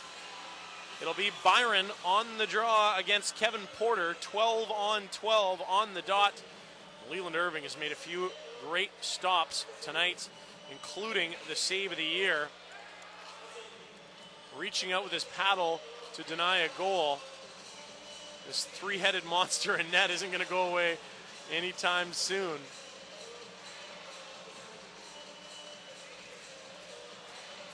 It's a crowded crease, but the results have been sterling from no matter which one of the three has been in net. Flynn had a broken stick. He's gone back to the bench, gotten a fresh one. And they dropped the puck with it going into the right corner of the American zone. Pesic behind the net. Will play to the left wing, a cross-ice pass. McNabb has to turn around to gather. And now he's forced behind his own goal line and bumped by Byron. Still has the puck, though. Pass up the wing, stolen by Colano, centering. Sylvester in traffic, can't pull the trigger. He'll move to the left wall, push back for Callahan, over to the right for TJ Brody. Low shot, hits a couple legs, goes to Callahan, left point. He'll wrap this in behind the net. Byron tied up his man, McNabb after it. Byron steals though, slides it over towards Kalanos. McNabb got to that one as well. Now a centering pass, and the Americans are out to center 2-on-2. There's Porter trying to split the D. Brody takes it away. He'll bank it behind the net. Callahan can't get to it, and Flynn on the right wall comes up with the puck. Sliding down low for the captain, Porter. Porter all the way to the left point. Finley, slap pass, didn't have much mustard on it, and Brody will skate that one halfway to the line and now bank it off the wall through center where Sylvester gets it in. Loose outside the Americans' line. Ben Walter gathers. He'll go for a skate. He knows the two wingers need changes, and onto the ice come his regular line mates, Horak and Berchi. Horak's down the right behind Finley. Backhand stop. They score on the rebound. Sven Berchi. And it's 2-1 as this top line gets their first goal at even strength in 5 games, and a big one. It gives the Heat their first lead of the night. Berchi diving on that rebound follow on a lovely rush down the right by Horak. Time of the goal, 13 minutes and 36 seconds. Walter with the heads-up play to not drive into the zone with tired line mates. He curled back into his own zone. Horak came on with Berchi. A pass to Horak in full speed off the bench down the right. He drove wide on the backhand. First shot stopped. And Berchi, the Swiss phenom, buried the rebound off the post and in. It is 2-1 Heat. They drop the puck. Man carry at center. We'll dump this into the Heat zone. Let's wait for the call.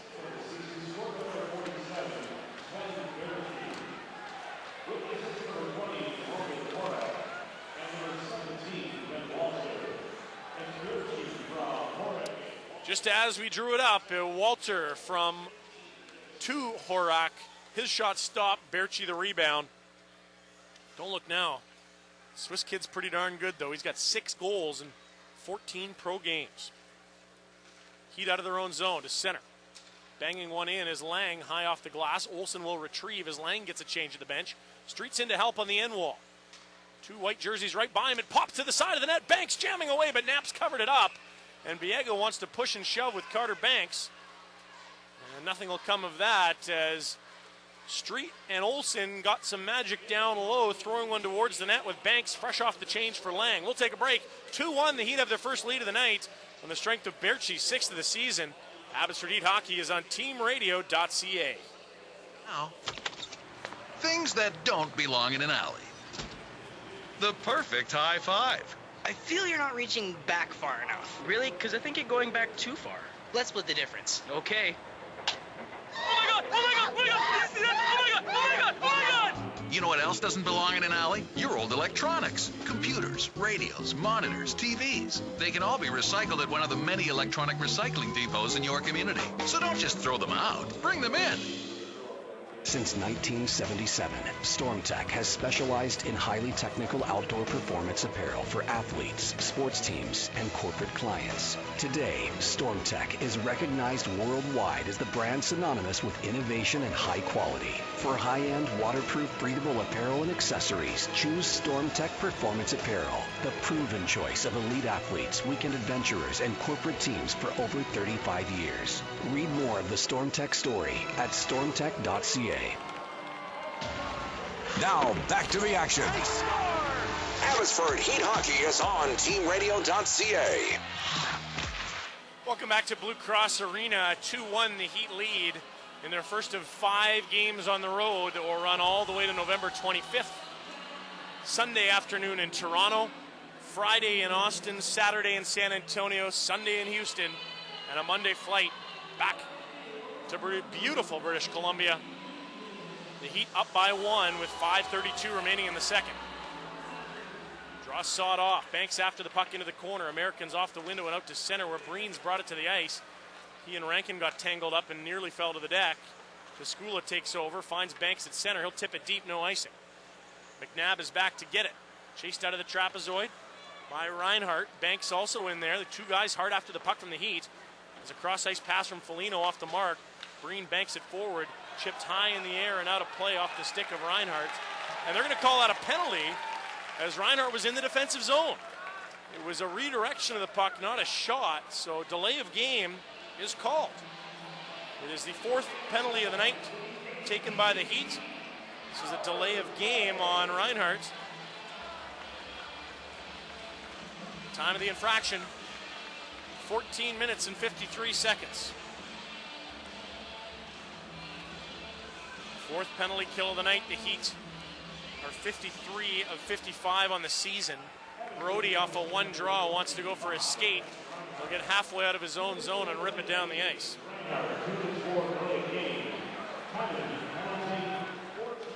So it is a delay of game call as the Americans are back through center.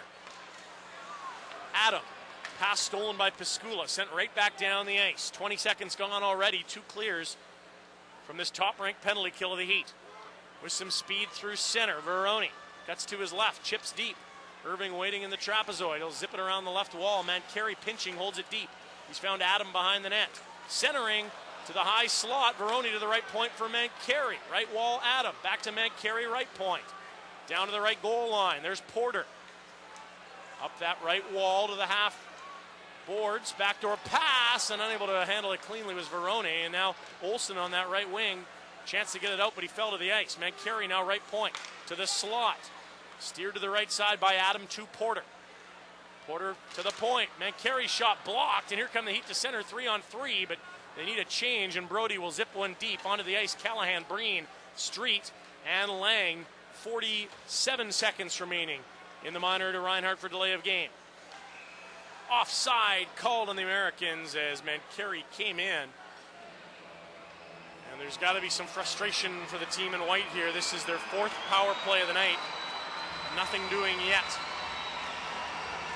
Rankin talking to the linesman about that most recent offside call. Not going to change his mind as Ben Street takes the draw against Flynn. Flynn wins it back at center ice. McNabb will ram one in. It wraps around from the left to the right side of the Heat zone. Breen takes a bump, trying to poke it past Flynn. Can't. Lang steals, finds Callahan. He'll bank it off the right wall and down the ice. Another clear from the Heat. This puck has spent more time in the American zone, it seems, than time in the Heat zone. Now a dump in off a stanchion comes to Breen. He's cleaned up on the end wall, but fights that puck over to Lang. He'll push to Street, and here come the Heat again, shorthanded. Street will shoot one in on net from center, bobbled and held by Knapp, and that forces a face-off deep as McNabb and Foligno collide way behind the play. 3:12 remaining in the second, a 2-1 Heat lead, and just 6 seconds left in Reinhart's minor. Onto the ice, Byron and Kalanos, Piscula and Brody on the point. Set to jump onto the ice is Reinhart. Face-off will come to the glove side of the 6'6", 200-pound netminder Knapp. Kalanos lost that draw, winning it behind his own net is the forward Schofield. Long play down the ice. Irving's set to play. They'll move it behind the net. Bobbling it is Brody. Out of the penalty box already is Reinhart. He's playing that right wing. Bumped by a pinching Finley. Sharp angle shot stopped by Irving. And right on the doorstep with Schofield, but no rebound to be found. 2:53 remains in this middle stanza. It is a 2-1 lead for Abbotsford. 3rd of the season from Lang. 6th of the season from Berchi. Assists already. Street, Horak, and Walter, who is tied now for the franchise leading points all time with John Rowe. Byron's waved out of the dot because Kalanos was in the neutral zone there, so to speak. He is in to take the draw now. Getting a talking to from the linesman. There's a shot off the draw, stopped by Irving, the rebound behind the net. Brody, a high flip, batted down to the ice by Finley. Not enough pace to be called anything except offside here on the Heat. There's an art to that. TJ Brody's figured it out. When you're under duress in your own zone and you need to get that puck out, to flip that thing a couple stories in the air and have it land at center and not enough for icing, that is invaluable when you're feeling the heat and don't have much time. Brody did that, led to an offside at the Americans line, and now Berchi on the ice with Walter and Horak. They scored their last time out. Walter wins that draw. Horak will poke it into the offensive zone on the backhand. Berchi chasing Brennan. Those two collide in the corner. Berchi steals, centers. That's blocked off. Couldn't get to Walter, who was in the slot. Walter took a bump. His head went into the end wall. Will adjust his helmet and get back into the play. Down the left now. Drop pass that looked nifty but didn't click. Adam has to dig it out of his feet now. He's on the left wall. Setting that up with Sunder. Now Adam to the net. Backhander stop. Rebound. Just wide of the net of Irving.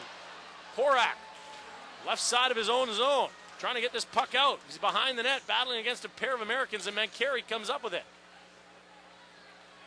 Now the rear guard Piscula turns it over behind the net. It missed Horak. Mancari tries to center. It's still loose behind the net. Mancari centers again, and that's swept to the side wall by the Heat. Biega to the left point for Brennan. Less than 2 minutes remaining in the frame. Brody behind his own cage. Up the wall, banked forward by Berchi and out to center. That relieves some pressure from the home team as Horak pesters his man Sunder at center ice. Sunder right in front of the penalty boxes. Has it chipped off his stick by Horak back into the American zone. And Biega now looks up ice. Cuts across his own blue line and on his backhand will dump it into the Heat zone. Brody's brought it to the ice. Plays it off the glass through center. Berchi swung and missed the puck as he tried to get it deep. This line needs a change. Horak, Walter, and Berchi out there for a bit. Two of them get to the bench now. Piscula trades the puck with Brody in his own zone. Brody gets to center, drops it back for Piscula. He'll play to the left for Lang, and now the line change complete as Walters to the bench for Street. McNabb turned it over on that left wing position. Lang will push it into the right corner. Lang looking towards the point, drops a backhand pass for Olsen. And that right corner cycling. It comes towards the slot, steered to that left wall by the Americans, and through center with some speed is Porter and into the offensive zone on the backhand in the slot. Left the puck behind. Here's Olsen turning things around. 4-on-3 for the Heat. They'll dump it in on the left and make changes. Rugsager and Banks onto the ice. Street in the right corner, trying to keep that puck deep. He's stripped by McNabb behind the net. Stripped of the puck again by Street. Street working without a stick at the end of a long shift, but battling against McNabb, and he's won the puck to a teammate. Now Street will head to the bench as Breen plays to the right point for Callahan. Low shot blocked. Rebound taken to the right corner by Rugsager. He'll leave for Banks. Right wall.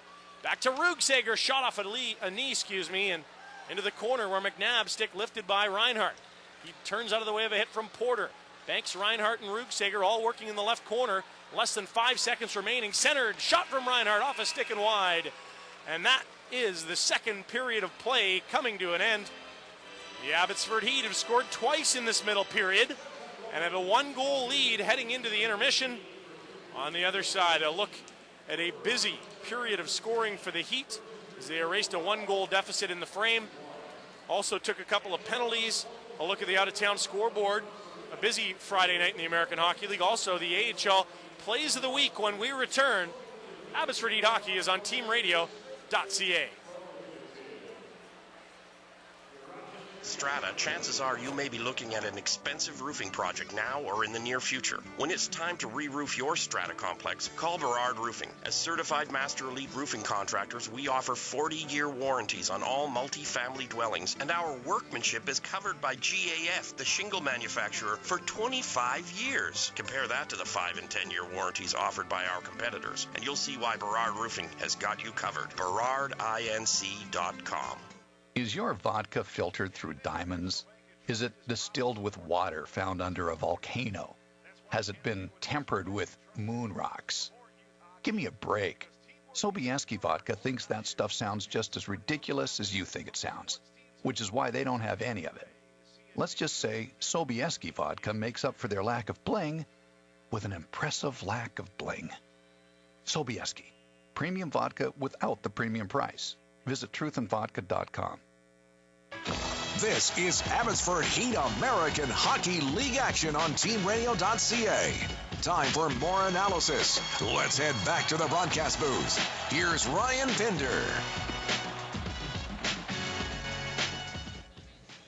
McCray eyed up by Anderson. He walks to the right wing circle. He put it in front. Tipped right on. Save McCullum and a big one. Oh my, Tommy McCullum with a gigantic save right there. Kreider ahead, up the right wing, out of the box is Grant to the net. Stick save made by McElhenney. Holy moly, what a goalie. A great save by Curtis McElhenney. We start this week's American Hockey League Plays of the Week with some stout play between the pipes in both Grand Rapids and Springfield, as Griffins netminder Thomas McCollum led his team to their 5th consecutive win, and Falcons goalie Curtis McElhaney had back-to-back shutouts to earn CCM AHL Player of the Week honors. Bob Kaiser had the call for the Griffins on WOOD AM and FM radio in Grand Rapids, and Mike Kelly was on the mic with the Springfield Falcons Broadcast Network.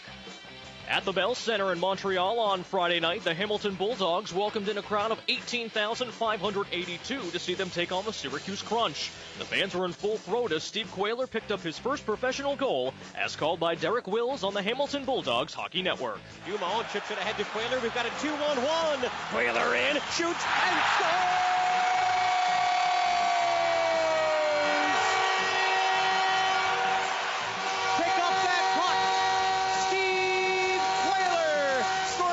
First professional goal, and boy, it was a beauty. The goal would not be enough, however, as Tyler Johnson scored a pair of goals to lead the Crunch to a 4-1 victory. On the call was Dan Duva on the score, 12-60.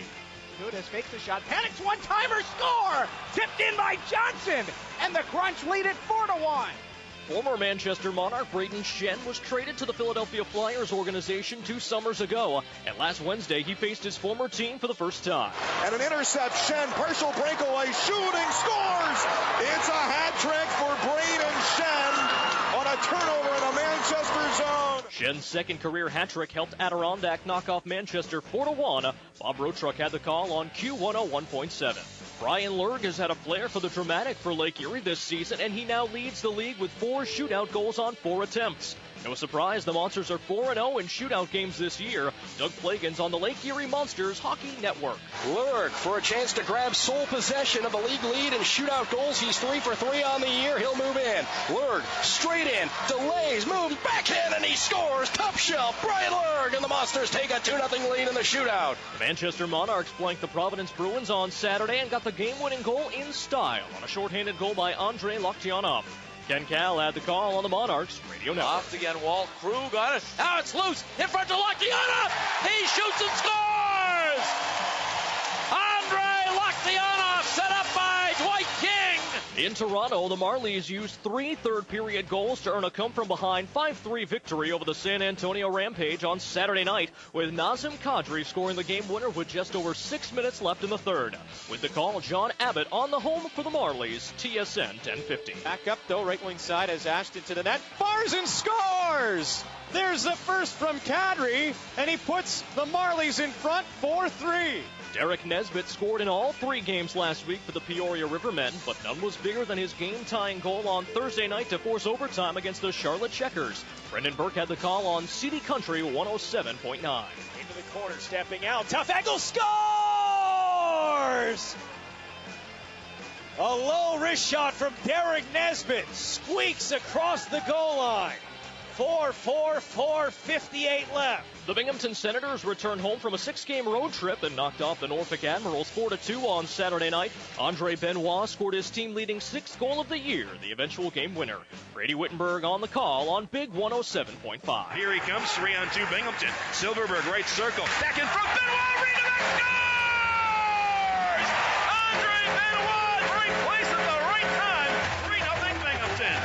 We close out this week's American Hockey League Plays of the Week with a pair of overtime winners in the Western Conference. On Thursday in Charlotte, Zach Boychuk scored on a breakaway to take down the Peoria Rivermen 5-4.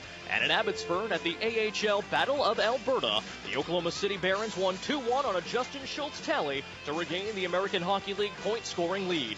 Jason Shai had the call on the Charlotte Checkers Radio Network, and Jim Byers was on the mic on 96.1 KXY in Oklahoma City. McRae trying to center it, loose puck. Boychuk, he's away on the break for the game.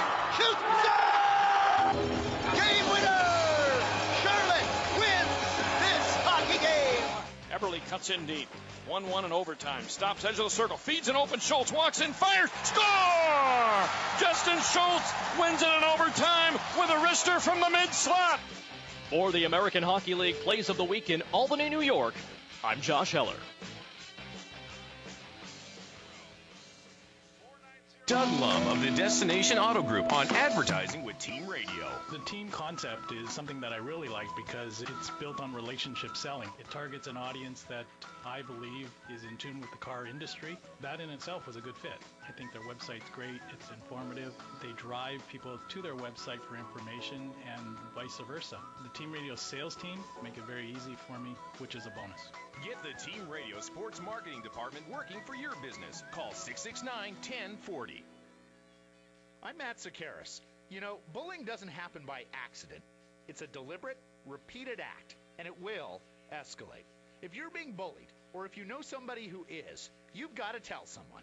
The Kids Help Phone is free, anonymous, and confidential.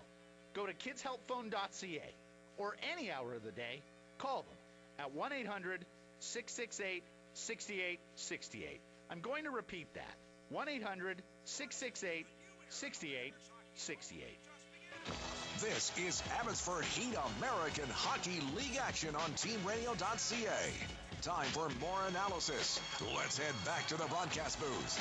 Here's Ryan Pinder. Welcome back to the Blue Cross Arena in Rochester, New York.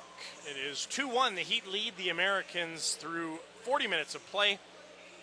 Let's take a look at the scoring summary of that second frame as Quentin Lang got his third of the season at even strength, assisted by Ben Street at 4:04. The opening bit of work on the score sheet in that second period, it tied the game at 1. With the game tied at 1, Brady Lamb would go to the box for tripping at 8:44 as he lined up for a hip check. Rankin seemed to try to get out of the way and ended up being upended, whether it was by Lamb or him jumping out of the way. I don't know, but either way, the officials who were closer than I was to the scene elected to call that tripping, and the Heat would erase that penalty, going 3 for 3 at that point on the Fraser break and muffler penalty kill. Remaining 1-1, the Heat would then get a chance to take the lead and make no mistake. Started with a heady play by Ben Walter, moving him into a tie for the all-time points lead on the Abbotsford Heat. Walter took a pass at center ice and was out there with a pair of line mates from a prior line that needed a change badly. Rather than try to break in 3-on-3 with some exhausted wingers, Walter turned back into his own zone, allowed those two forwards to the Heat to get to the bench. On came Horak and Berchi. Walter threaded a perfect pass to Horak, full speed across center and down the right. On his backhand around the defender, Horak's first shot was stopped, but Berchi, going hard to the net, banged the rebound off the left post and in. That made it 2-1 Heat. Not a lot different than Quentin Lang's goal, banging in a rebound on a Ben Street shot coming hard down the left. So 2 rebounds have led to 2 goals in the second period for the Heat, and they would take their second minor of the frame when Reinhart was called for delay of game at 14:53. A quick centering pass chipped towards the glass by Reinhart did go over and out of play. That is a 2-minute minor for delay of game. The Heat would kill that off. They are a perfect 4 for 4 on that Fraser break and muffler penalty kill. The direct Heat power play has yet to operate in the second period and is yet to score on the road this season. They are ranked 4th in the league at 22% and change, but on the road they have not yet found the back of the net. 0 for 3, all 3 of those goals coming in the first 3 of those opportunities coming in the first period, including 42 seconds of 5-on-3 time for the Heat. They had that overlap the first and second period. They are 0 for 3 on the man advantage for direct Heat tonight. Shots on net in the first period did favor the Americans, and in the second period, not much of a different story. Not a whopping margin of shots, but certainly a deficit there for the Heat through 40 minutes. They've been outshot 21-14. In the second period alone, 10-8, Rochester outshot the Abbotsford Heat for a 7-shot margin through 40 minutes of play. Leading on the stat sheet shots-wise, Ben Street has 5 of the Heat's 14. Nobody else has more than a pair. For the Americans, a couple of players with 3 shots on net, Tarnasky and Frederic Waugh. So Street's been great. He's extended his point streak to 5 games, 1 goal, 6 assists for 7 points over the 5-game streak for Street. Street is streaking, and it is a 1-goal lead for the Heat as they head towards the final period of regulation. On the other side, we'll take a look at an out-of-town scoreboard for CJB Restorations. A busy night in the American League. We'll do our best to get you caught up to speed. The Heat lead by 1. A period to go. Abbotsford Heat Hockey is on teamradio.ca and abbotsfordheat.com. And now, things that don't belong in an alley. A wheat combine. Hey, what's that? Looks like a wheat combine. Yeah. Well, that doesn't belong in an alley. Nope. You know what else doesn't belong in an alley? Your old electronics. Computers, radios, monitors, TVs. They can all be recycled at one of the many electronic recycling depots in your community. So don't just throw them out. Bring them in. I'm Greg from Burrard Roofing and Drainage. If you live in Estrada, chances are you may be looking at an expensive roofing project now or in the near future. When it's time to re-roof your strata complex, call Burrard Roofing. As certified Master Elite roofing contractors, we offer 40-year warranties on all multi-family dwellings, and our workmanship is covered by GAF, the shingle manufacturer, for 25 years. Compare that to the 5 and 10-year warranties offered by our competitors, and you'll see why Burrard Roofing has got you covered. BurrardINC.com. This is Abbotsford Heat American Hockey League action on teamradio.ca. Time for more analysis. Let's head back to the broadcast booth. Here's Ryan Pinder. Welcome back to the Blue Cross Arena in Western New York. Rochester, a 1-goal lead for the Abbotsford Heat through 40 minutes. Let's take a look at some of the ice time leaders through 40 minutes of play. The Heat led by TJ Brody, 19 minutes and 51 seconds. He is on pace for a half hour tonight. That is every other shift of the game. Very impressive totals for number 29 of the Heat. Penalty killing, power play, even strength. They want him on the ice. He's been very good tonight. And on the penalty kill, we've seen some big clears and I suppose pestering from Brody. Second amongst defenders for ice time, Joe Pascula, 17:05. Leading forward, Ben Street at 14:31. And then a whole clump of forwards in that 11-minute range, including Sven Berchi, the next highest, as well as Byron, Walter, Horak, and Kolanos. For the Rochester Americans, TJ Brennan has led the way. So a pair of TJs have logged the big minutes tonight. Mark Mancari, though, the forward, credited for 18 minutes. That is a monster night of ice time for a forward. He is the highest ice time amongst any forward in action tonight and does play the point on the power play, which certainly would help that cause. Out-of-town scoreboard time. We do so for CJB Restorations. 3-3 heading into overtime in St. John's of the Albany Devils and the Ice Caps at home. Raymond Sawada has a goal there, their Richmond, BC product. And again, off to OT they go. 2 points handed out already. Extra frame or the contest for the extra point will determine the third point.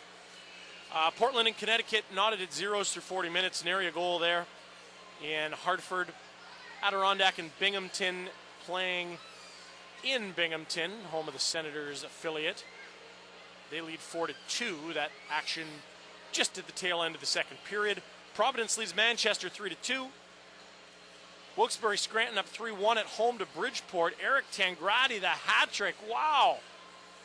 Not a natural hat trick, as Sundstrom's lone goal for the Bridgeport came between Tangradi's first and second goals, but quite a performance from the Penguins pick. Toronto down 3-1 to Hamilton. This is the first of two Battle of Ontarios in back-to-back nights. That's going to get nasty before it gets pretty. And Toronto will then have to lace up noon Pacific time on Sunday against the Heat. So if you're a Heat fan watching that one, you hope there's lots of shoulders, elbows, and sticks up high between Hamilton and Toronto. They're often physical, those local and regional rivalries. Expect that tonight in Hamilton, where Ellis, Aveston, and Gallagher, Brendan Gallagher, the former Vancouver Giant, with the goals. Matt Fratton, freshly signed by the Marlies, has the lone goal for the visitors. 2-0 Lake Erie, blanking Grand Rapids midway through the second period. Agazino and Vandergulik have scored, and that breaks a shutout streak of the Eries. The Lake Erie Monsters, as Lake Erie was in Abbotsford Tuesday and Wednesday night and did not score a goal either night as they ran into the brick wall now known as Barry Brust. Elsewhere, Norfolk leads Springfield 2-1 midway through the second. Milwaukee and Oak City just through 20 minutes, no goals yet. Late midway through the second period, Syracuse up 2-rip on Hershey. Peoria up 1-0 on Chicago after 20 minutes. Evgeny Grachev the lone goal. And no score through the first period in Rockford with Houston playing visitor. The only other game, Charlotte and San Antonio, scoreless midway through the first in gorgeous San Antonio, Texas. It is 2-1 here in Rochester. The Heat lead the Americans on the strength of 2 second period goals, both coming on rebounds. Leland Irving has not only got a start as the third goalie to do so in the last week for the Heat, but has been spectacular. A paddle save worthy of the Save of the Year nominee for the AHL, not to mention a couple point-blank chances on Rochester power plays. Period 3 set to begin, and the three-headed monster only gets more complicated for the Heat. It's a good problem to have. Taylor has been superb. Brust has been almost perfect, allowing just 1 goal on 106 shots this season. And Leland Irving dazzling tonight after allowing a goal on the second shot of the night. A problem still, though, for Troy G. Ward. He'd love to have one guy the one and another the backup, but things just a little bit more complicated than that at this point. But they'll take it. Better than the opposite. 3 goalies not in a rhythm. They've got 3 that are in rhythm. 21-14, the shots through 40. Our candidate for the fix auto collision of the game, the only one thus far, Piscula with a good shoulder on his man, 74, Nick Tarnaski, the big man. Looks like we've got a wet flood here from the Zamboni driver. The gates were open. They've pushed some water around, and we dropped the puck. Third period action underway. The Heat up by 1. We're at even strength. The Heat looking for their second road win of the season, and this their 4th road contest of the season. Bobbling it behind the net is Knapp. Lang in the left corner trying to keep that puck down low. Got some help from Street. Centering off Olsen, skating wide of the net. Street in the right corner now, fighting that sticky puck on this wet ice surface. He and Olsen on the end wall finally have it taken away by McNabb. He has to fight it through a puddle, and now it's out to neutral ice. Foligno, one-on-one down the left against Callahan. Long shot stopped by Irving. Brody gathers. He's in the left corner. Shields the puck from a check and plays it across to his partner Callahan with room on the right. He's out to center, where Olsen's play forward was impeded. He's now tangled up with Foligno, and the Heat will make some changes of their own as Foligno and Olsen, both looking for changes, decided to push and shove. Wish each other early American Thanksgiving celebratory thoughts. Here's Adam, wiped out by Lamb on that left wall as he carried it into the Heat zone. Lamb, a nice pass over a stick right to Sylvester on the right wing. He's bumped at center by Sunder. Loose puck, Lamb shoves it forward again. Not icing as Sylvester will chase Biega after the puck. Sylvester bumps him. 2 diminutive bodies there, but great players. As Piscula lets a long shot go through a crowd and wide. And now left point, Breen. His shot changes direction, loose on the end wall. Brennan pestered by Kolanos. In comes Byron, he pokes it loose behind the net. Adam, the lanky center, back to get it. Oh, and he drew a penalty with a bit of a dive there. That's unfortunate, as the Americans will get an extra attacker on the ice. Taking a whack at that puck was the Heat forward Sylvester, I believe, and then Adam left his feet jumping forward. That drew a call. We'll see if there's an unsportsmanlike to go along with the tripping, but it won't be because play continues here. Extra attacker on for the Americans. Play at the point.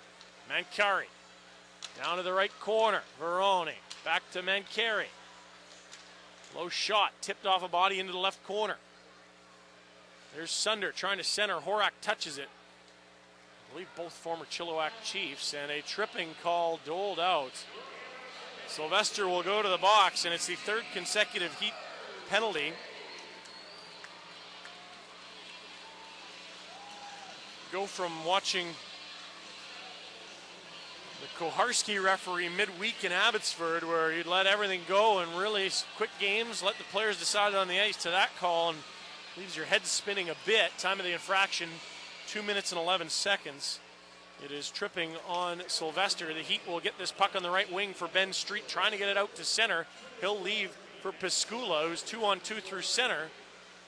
Now we'll softly chip it behind the defense and wait in neutral ice as the Americans' McNabb skates it out of his own zone, plays to his left for Flynn. Bank pass past Foligno into the corner. Brody shoulders Foligno, comes to the right point. Brennan holds it onside. D-to-D pass held by McNabb. Left wall Flynn, back to McNabb at the left point. Right side Brennan, top of the point McNabb.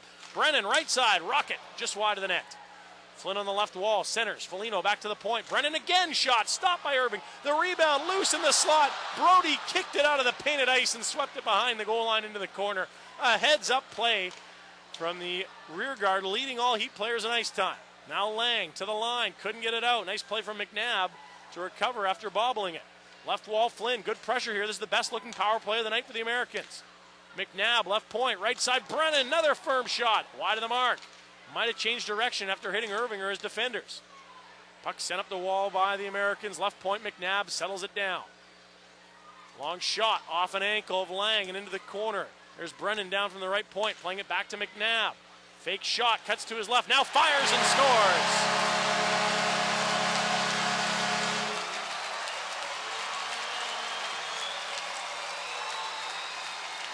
Time of the goal, 3 minutes and 33 seconds. As the Americans have tied this thing up, it is a power play goal, just the third allowed all season by the Heat. A nice play from McNabb at that left point. Fake shot, holds, then fires after wiggling to the left, and he picked that top left corner over the glove hand of Leland Irving, who had all kinds of traffic to fight through. We'll wait on the assist. Brennan perhaps to get one, and this game is tied at 2.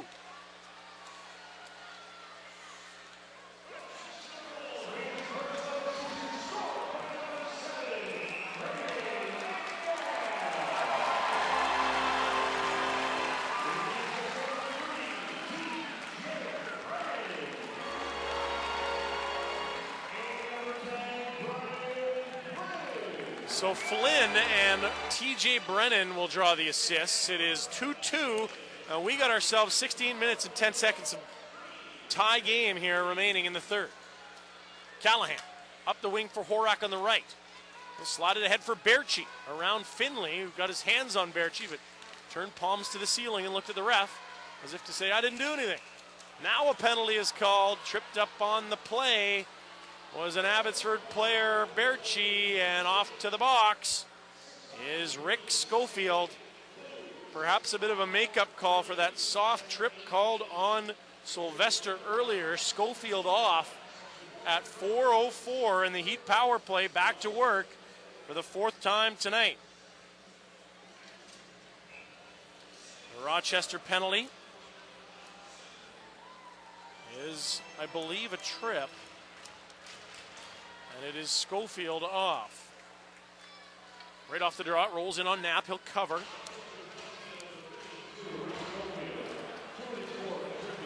It is a tripping call announced in the building. Heat power play personnel, Street, Sylvester, Reinhardt, and at the points, Brody and Berchi. Brody to the left wall for Street. Back to Brody. Right wall, Berchi. Back to the point for Brody. Back to Berchi. Right circle shot. Stop by Knapp with that left pad. And on that right wall, Reinhardt trying to hold it deep. 3 Heat players on that wall in tight quarters. Watch closely by McNabb and Rankin. Sylvester now dumps it behind the net. Reinhardt, fans on a pass. That allows a clear. He had Street open behind the net, but missed the puck when he tried to move it to him. Brody is back to get it out of his own zone. Playing to his right for Berchi. Nice kick to the stick he's carrying in on the right. Centering, and a man dumped in front. Reinhardt lost his legs and went into the end wall. That could have been called. Brody's back in his own zone after the clear. Berchi had that perfectly timed centering pass. It's just Reinhardt was upended.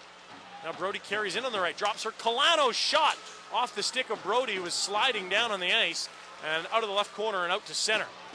54 seconds remaining in this Heat power play. Horak will leave it behind the net. Byron's going to come in.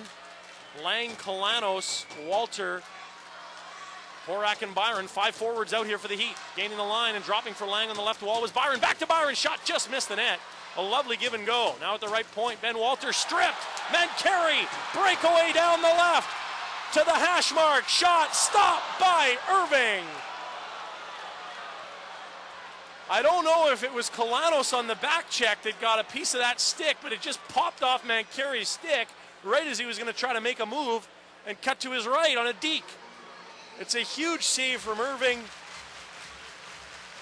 as it negated a shorthanded breakaway from Mark Mankari, a prolific scorer in the AHL. He's got 10 points in 13 games this season, but he's been doing that for a long time here in Rochester and last year in Chicago. Still some time on the power play, 29 seconds for the Heat. That 5-man forward unit a bit dangerous. You can see why now. Heat get it to the line, not out. Flynn shorthanded. Stripped by Street, and Brody's back to get it. Chased by Flynn, out the back and the left side of the net. Brody, cross center. Carrying in on the left, driving wide. Brody centering. Off a skate into the left point it comes. There's Reinhardt. Bobbling a pass. We'll move to Brody now to the top of the point. Right wall, Berchi. Across, Street, shot, just missed, rebound. Oh, it hopped over the stick of Sylvester. He had the open cage to look at on the carom off the end wall, and instead, out of the box, the penalized Schofield. Icing called. What a chance for Dustin Sylvester as the shot from the slot missed. It caromed off the end wall, loose at the right post, but bouncing over the stick of the second-year Heat forward.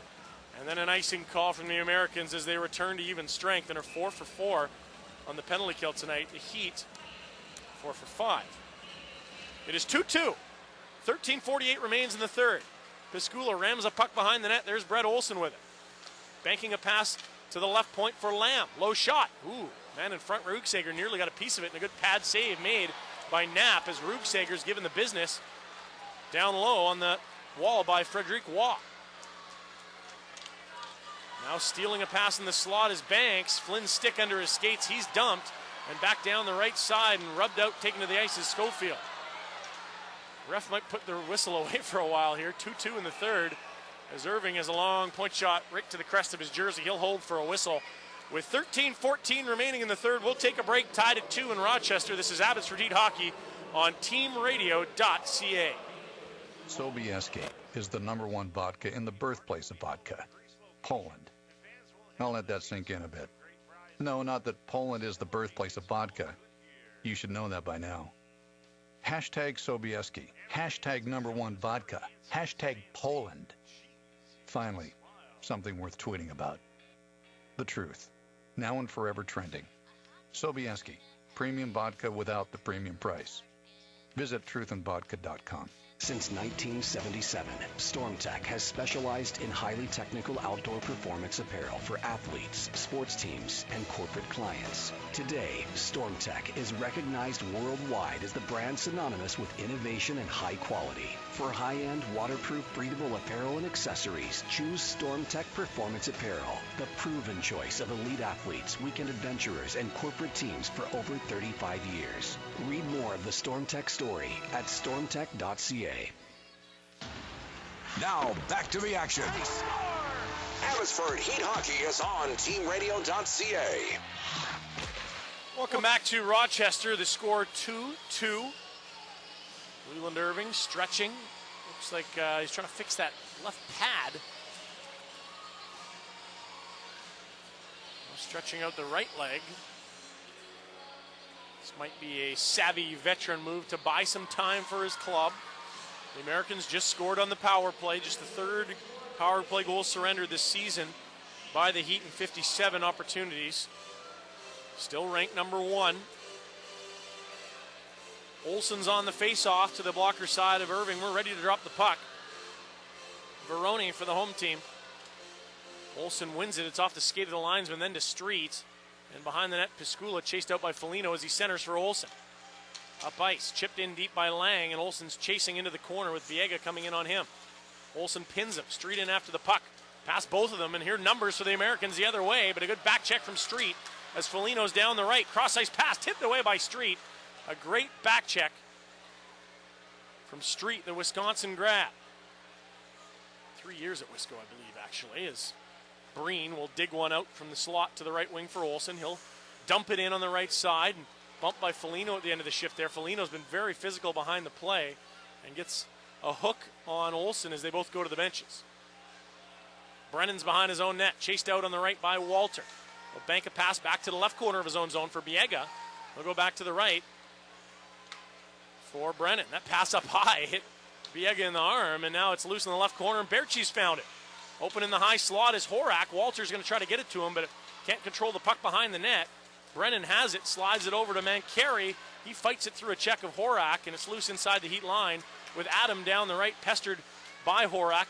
On the end wall, Adam trying to center. It's poked away by Irving. Loose at the point, McNabb holds. Long shot, blocked, loose in the slot. Walter tried a short pass for Berchi. It hit a stick. Otherwise, Berchi had some speed out to center against a pair of defenders standing still. That could have been interesting. Instead, it's Mancari, left corner of the offensive zone, stripped by Horak, and the Heat out to center, with Walter stopping in front of his own bench and spotting TJ Brody across center. High flip from TJ Brody, lands in the right corner. Bouncing puck. Rugsager dumps his man. Kalanos couldn't scoop up that loose puck in the wall. Byron, high slot, holds it in. To Kalanos, tipped on. Save made Knapp. Kalanos left corner to the point. Piscula to Lamb on the right. Low shot off his skate. They score on the rebound. Paul Byron, his first of the year. Welcome back to the lineup, and the Heat have their second lead of the night. That has taken the wind out of this building as the Heat go up again. Time of the goal, 8:42. It will be Byron. From Kalanos, to be sure. We'll wait on the second assist. Might be Piscula. Even strength goal, and it is 3-2 for the visitors. The fortuitous bounce is a shot from that right wall from Brady Lamb, hit a skate, and then was tucked in by Byron. So we know Lamb will get one of the assists. Whose skate it was, I cannot recall. Finley, bumped by Lang on the end wall. Flynn on the right wing of his own zone. Cross-ice pass to center. Here's a call.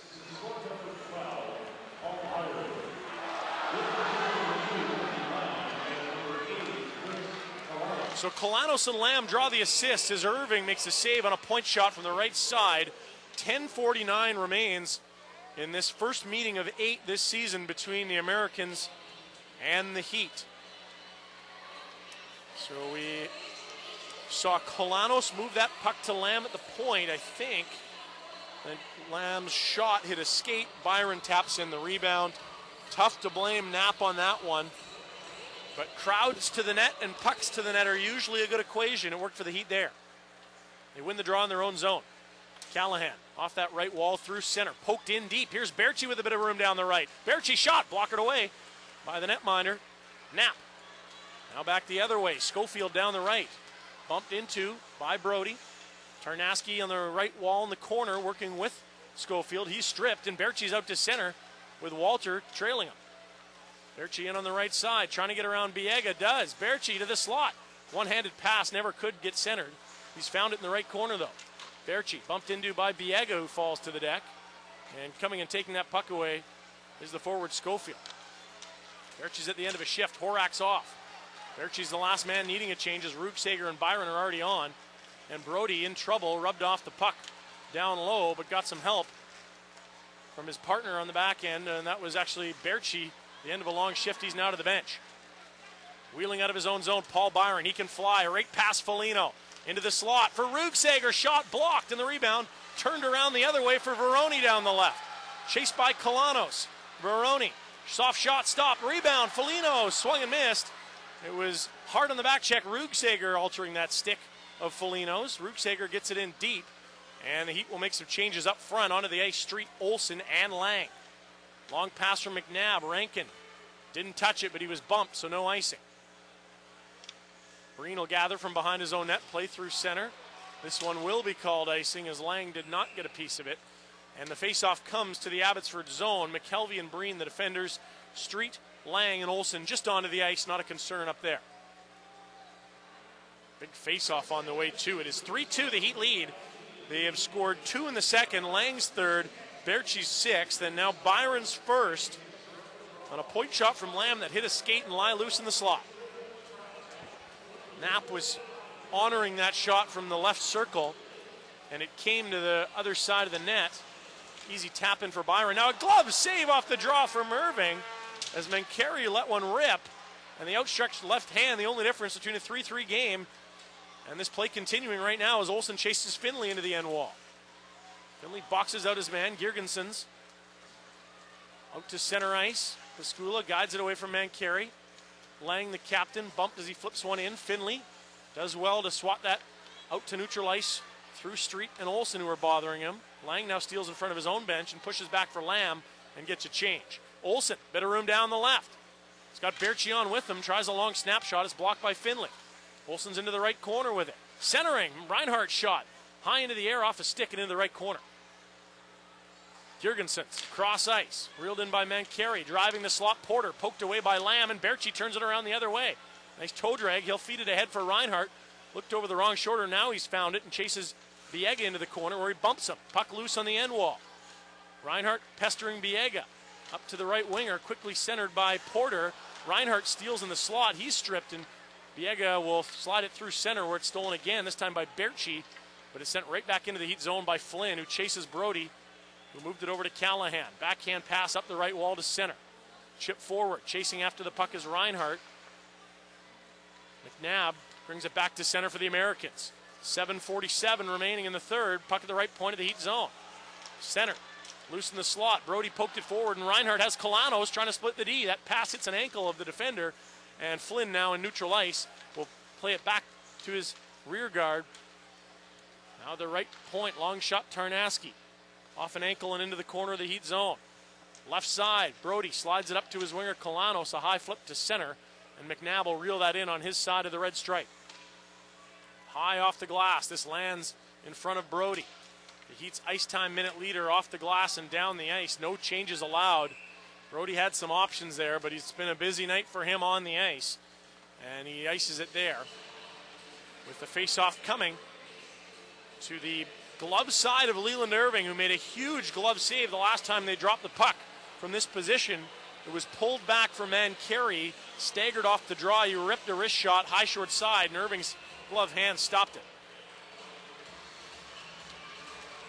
Another draw won by the Americans, but is blown dead immediately. They didn't like the formation. Our referee tonight, Jamie Koharski, blew it dead.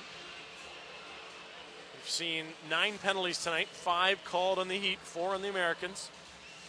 A 1-goal edge for the visitors on the strength of Paul Byron's go-ahead goal at 8:42 of the third. Americans win the draw. Sent to the left point. Finley, the big man, bobbles it. Chance for the Heat here. It's banked off the wall for Kalanos down the right. Has Byron in front. Kalanos' quick shot off the mark. Byron left wall. Pokes it behind Foligno, gave him a jolt. And Finley now off the right wall and out to center. With it is Rankin, gaining the line. Spots Foligno, slot shot. Blocker save Irving. And a good one on Foligno, their leading scorer. Trying to fight this puck out against Foligno is the forward Horak. He got it to the line, no further. Horak is out there with Byron and Kalanos now. As a fanning on a shot in the slot was Rankin. Kalanos will get this to neutral ice and softly dump it behind the defense. Changes for the Heat up front. Walter and Berchi join Horak. Deep in his own zone, Gauthier Leduc will give to Finley. Back to Gauthier Leduc. Nice dance around a man at center ice. Now a long shot, blockered away by Irving. Room on the right wall for Berchi. He'll bank it forward, but not out. Mankari joining the play, holds it onside. He'll send it deep. Breen in the corner. Muscled Adam to the deck. Now slides it up the right wing for Berchi. He's lined up, dodges a hit, and spots Walter. Gaining the line on the left. Ben Walter. Offside called on Berchi, though. And Brennan now pushes and shoves with Walter down low. 2 Rochester players in on Walter in the corner. And the ref's going to try to negate all this, but now we've got some helmets falling off between Adam and Berchi. Olsen's also tied up with Brennan, who's moved on to a new target. Berchi's not shy. You know, you get that label as a first-round pick. He puts up 2 points a game in the Western League last year, the leading playoff scorer in that league. He's not going to back down. He is a fierce competitor. And his club up by 1. We'll take a break. 6:01 remaining. The 3-2 lead for the Heat in the dying minutes of the third. Heat Hockey is on teamradio.ca. This winter, make driving uneventful with the right winter tires from OK Tire. Firestone Winter Force tires are engineered for winter driving. Right now, when you buy a set of 4 eligible Firestone Winter Force tires, you'll receive a $50 Firestone prepaid MasterCard by mail. Firestone Winter Force, available at OK Tire. Honestly driven. Offer valid October 9th through December 2nd, 2012. Mail-in claim form required. See participating Firestone retailer for eligible tires and complete details. Card issued by People's Trust Company. Conditions apply. Millions of players in over 200 countries can't be wrong. Bet365 is the place for action. If it's not yours yet, what are you waiting for? You can still action it up with the Bet365 $50,000 handicapping challenge. There's still $1,000 to be won each week during the football season. Think you got skills? Pit them against people all over to try and grab the weekly prize. It's free to join and free to play at bet365.net. Now back to the action. Abbotsford Heat Hockey is on teamradio.ca.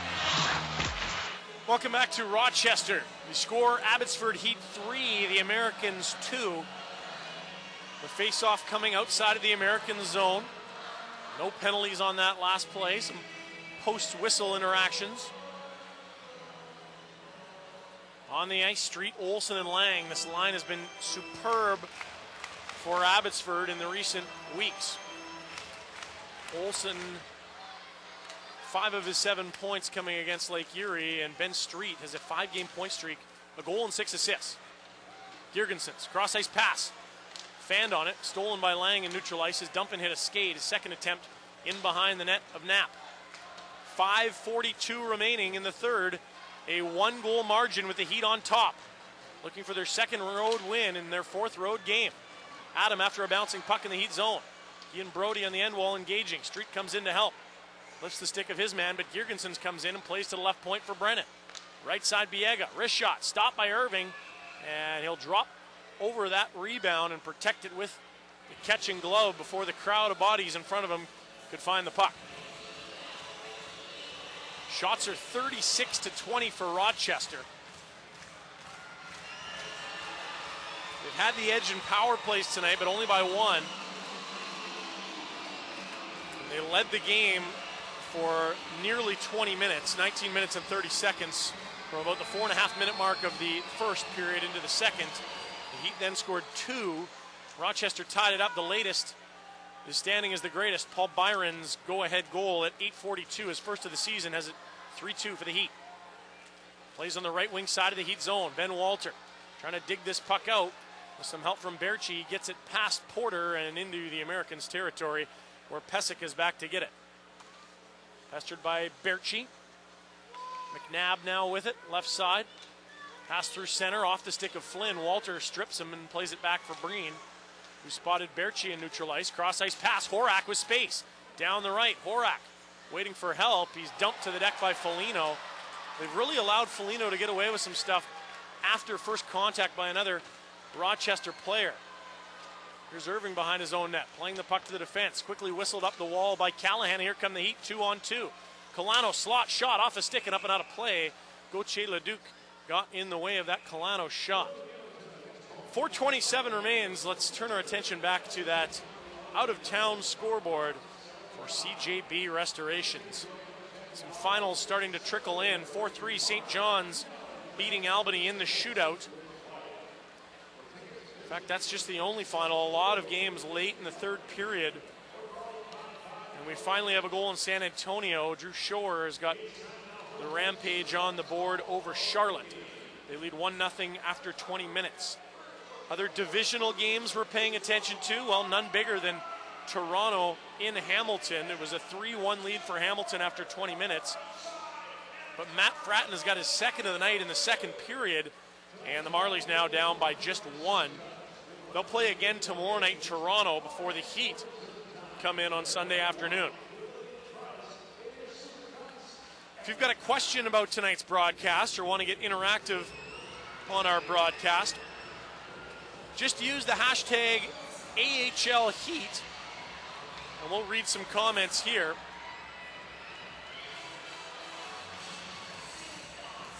There's been a few. Got lots of questions about who was going to start earlier today. Lots of response from people excited to hear about Leland Irving's dazzling paddle save that robbed Marcus Foligno of his goal. It would have been a goal. Hashtag AHL Heat if you want to get involved. 3-2 Heat, offensive zone faceoff. 4:27 remaining in the third. Byron, Rugsager, and Kolanos out there. Byron against his counterpart Schofield on the draw. Schofield won it back, and Brennan curls to the left corner where he's bothered by Kolanos and is forced to retreat back behind the net where he yields the puck to Biega. His pass up the wing, chopped to center by the Americans, sent right back in by Breen, the plus-minus leader in the AHL. He's got a dozen plus marks this season and has not been minus a single game through 13 thus far this season. Piscula runs into some traffic behind the net. Broke the stick of one of the guys he collided with, Tarnaski. He's to the bench for a change as a sharp angle shot is stopped by Irving. And Rugsager with a high flip through center ice. This one will land in the American zone in the left corner where Biega is chased by Kolanos behind the net. Biega reverses the puck for Brennan. Those two have been paired all night at the end of a long shift. Brennan's pass to the far blue line finds Foligno. Now he gets a change as Waz shot off a stick and up and out of play. Callahan interrupted that blast from the top of the left circle. Both teams have scored here in the third. It was a 2-1 Heat lead coming in. McNabb's first of the season came on a power play. Wiggling to his left after faking a shot, his wrister beat Irving high glove. Then at the other end, Lamb's point shot blocked off a skate, went right to Byron. He converted. 3-2 Heat. Both those goals coming in the first 9 minutes of the period. Now just 3:36 remaining. Americans from the right point, a long shot stopped by Irving. The rebound still loose. Street will bang it off the left wall and out. Foligno again couldn't get a shot off in tight due to all kinds of traffic and getting tied up by Callahan. He's got the puck now on the right side of his own zone. Callahan off the wall through center. Olsen will give chase. It's a race for icing, and they're going to call it. As beating Olsen to the puck was Jerome Gauthier-Leduc. A good story on him. His father in Quebec didn't know that the Americans game was on TV when they were in Hamilton the other night. He was channel surfing, found the game on Sportsnet, couldn't believe his luck, and happened to catch the first the first goal in his first game of the season for Gauthier-Leduc. Americans shot off the draw, got tipped wide. Lang, the captain on the left wing, finds Olsen. Chipping around the defensive McNabb. He's gathered it inside the line. Will dump it deep, and the Heat make a wholesale change onto the ice. Berchi, Walter, Horak. Behind them, Breen and Piscula. Icing going to be called on the Americans now as a shot from their own zone never did get close to a white jersey before ended up behind the Heat net.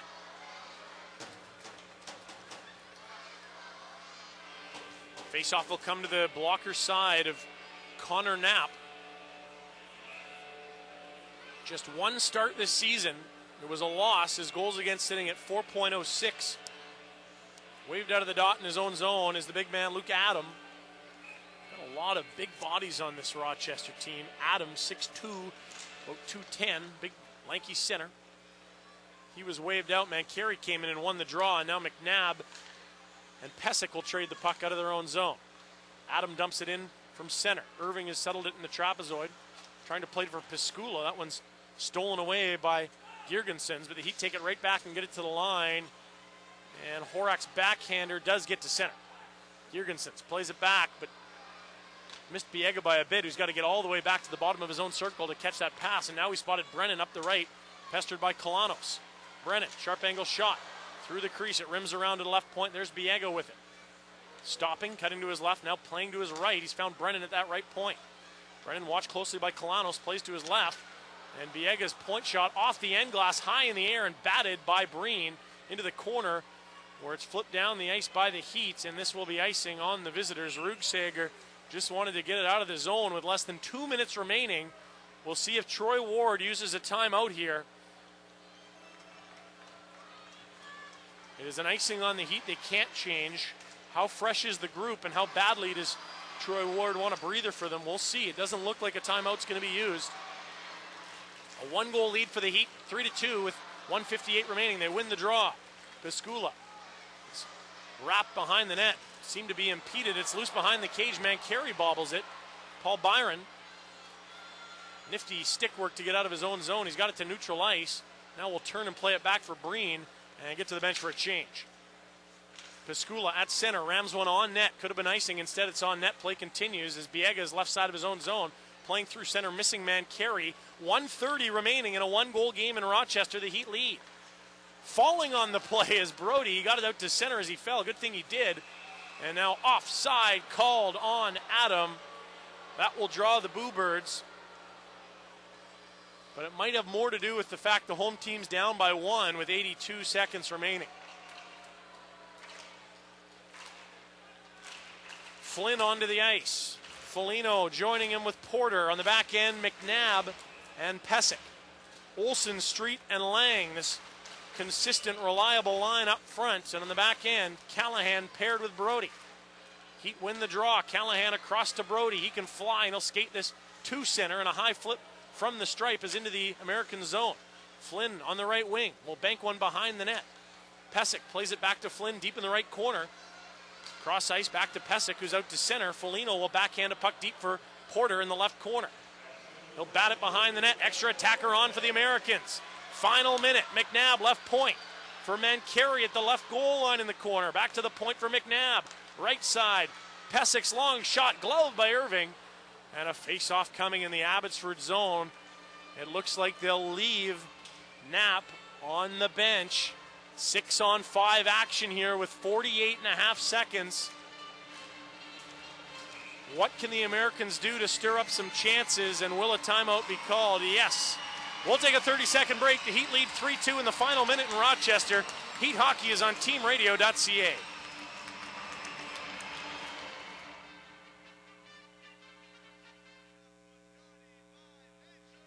I'm Bob Marjanovic with Team.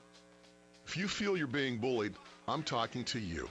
Never allow yourself to be made a victim. Never be bullied into silence. You've got to tell someone. The Kids Help Phone is free, anonymous, confidential, and open 24 hours a day. All you have to do is go to kidshelpphone.ca or call them toll-free at 1-800-668-6868. Here it is again, 1-800-668-6868. Is your vodka filtered through diamonds? Is it distilled with water found under a volcano? Has it been tempered with moon rocks? Give me a break. Sobieski Vodka thinks that stuff sounds just as ridiculous as you think it sounds, which is why they don't have any of it. Say, Sobieski Vodka makes up for bling with an impressive lack of bling. Sobieski, premium vodka without the premium price. Visit truthandvodka.com. Welcome back to Rochester. The Heat have sawed off a draw and have got it to the enemy line. Empty net chance. Abbotsford Heat Hockey is on teamradio.ca. Olsen is dragged to the ice, and a penalty on the way to the Americans for tripping. An empty net ahead of Olsen. He was hauled down, and listen to this crowd. The Heat had gotten possession of a draw won by the Americans and batted in behind the Heat net for a while. They got it to Olsen at the blue line. He chipped around a defender, caught up to the puck. Empty net ahead of him. He was dragged to the ice. Fans don't like it, but Carey's going to sit, and that makes it 4-on-5 for the Americans. Their goalie comes back in, and a face-off coming in the Rochester zone with just 30.4 seconds remaining. Carey, the call for tripping. Time of the call, 19:30 of the third. A huge break in this game. The Heat lead by 1, now on the power play in the offensive zone. And Veroni's going to go as they've got a misconduct handed out as well. Ron Rolston is standing on the bench, waving the ref over. He's not going to get the ref over, and now Foligno bats his stick on the ice, and it's a 5-on-3.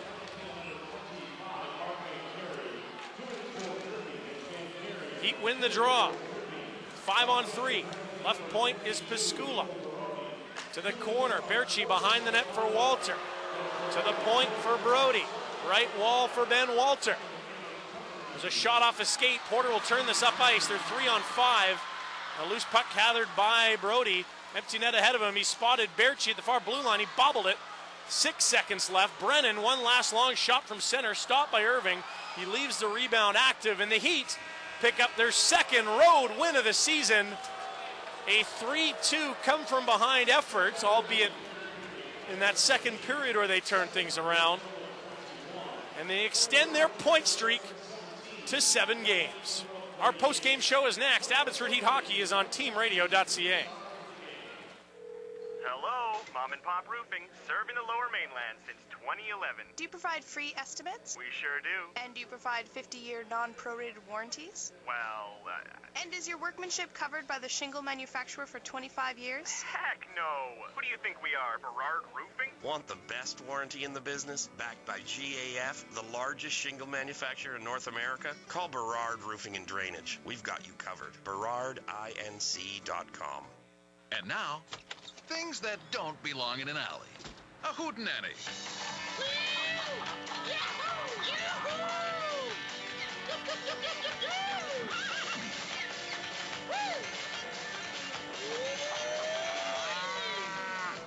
You know what else doesn't belong in an alley? Your old electronics. Computers, radios, monitors, TVs. They can all be recycled at one of the many electronic recycling depots in your community. So don't just throw them out. Bring them in. It's all over. Time to look back at the game that was. It's the Abbotsford Heat postgame show on teamradio.ca. Welcome back to the Blue Cross Arena in Rochester. Your final score tonight, Abbotsford 3, the Rochester Americans 2. Let's walk through the scoring summary here as we're into the post-game show. It was Phil Veroni early on, the only goal of the first period at 4:34, as he drove wide down the right after Pesic had poke-checked the puck away from Berchi in the left side of the Rochester zone. The puck came to center. Veroni drove wide around Brady Lamb, pulled to the forehand and tucked it up under the bar short side as Irving was reaching out for the poke check. 1-0 for the Americans at the 4:34 mark. They would hold that lead for 19 minutes and 30 seconds. In the second period, Quentin Lang, set up by Ben Street, would convert the first goal of the night for the visitors and the third of the season for the Heat captain. Street's point streak extended to 5 games. He has 1 goal and 6 assists over that stretch, and it was 1-1 at 4:04 of the second. The Heat would extend their lead when Sven Berchi scored, courtesy Roman Horak and Ben Walter. Walter curled in his own zone. Changes made by the wingers. He caught Horak in stride off the bench, down the right.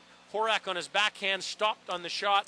Berchi rammed the rebound in off the left post, and it was a 2-1 lead for the visitors at 13:36. To the third we went. The game tied by the Americans as the defender, Braden McNabb, wristed one from the top of the left circle after faking slap shot, bringing a penalty killer down to the ice, sliding to the left and pulling the trigger. That shot beat Leland Irving, high glove side. Brennan and Flynn drawing the assist at 3:31. We were tied at 2 with 16:29 remaining in the game. But Paul Byron's first of the year would stand as the difference maker. Brady Lamb's point shot from the right side hit a skate, lay loose at the top of the crease, and Byron pounced on it before anyone else could, and before Knapp could get back into position. Chris Colanos drew an assist on that goal as well. Time of the goal, 8:42. It stands as the winner. Penalties in total. Rochester took 2 at that 30-second remaining mark in the period. The Heat finished technically 0 for 6.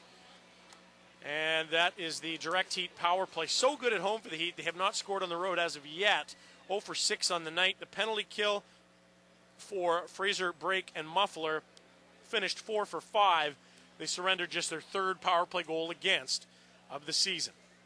On the other side, your Borkwin Printers 3 stars of the game and your Fix Auto collision of the game.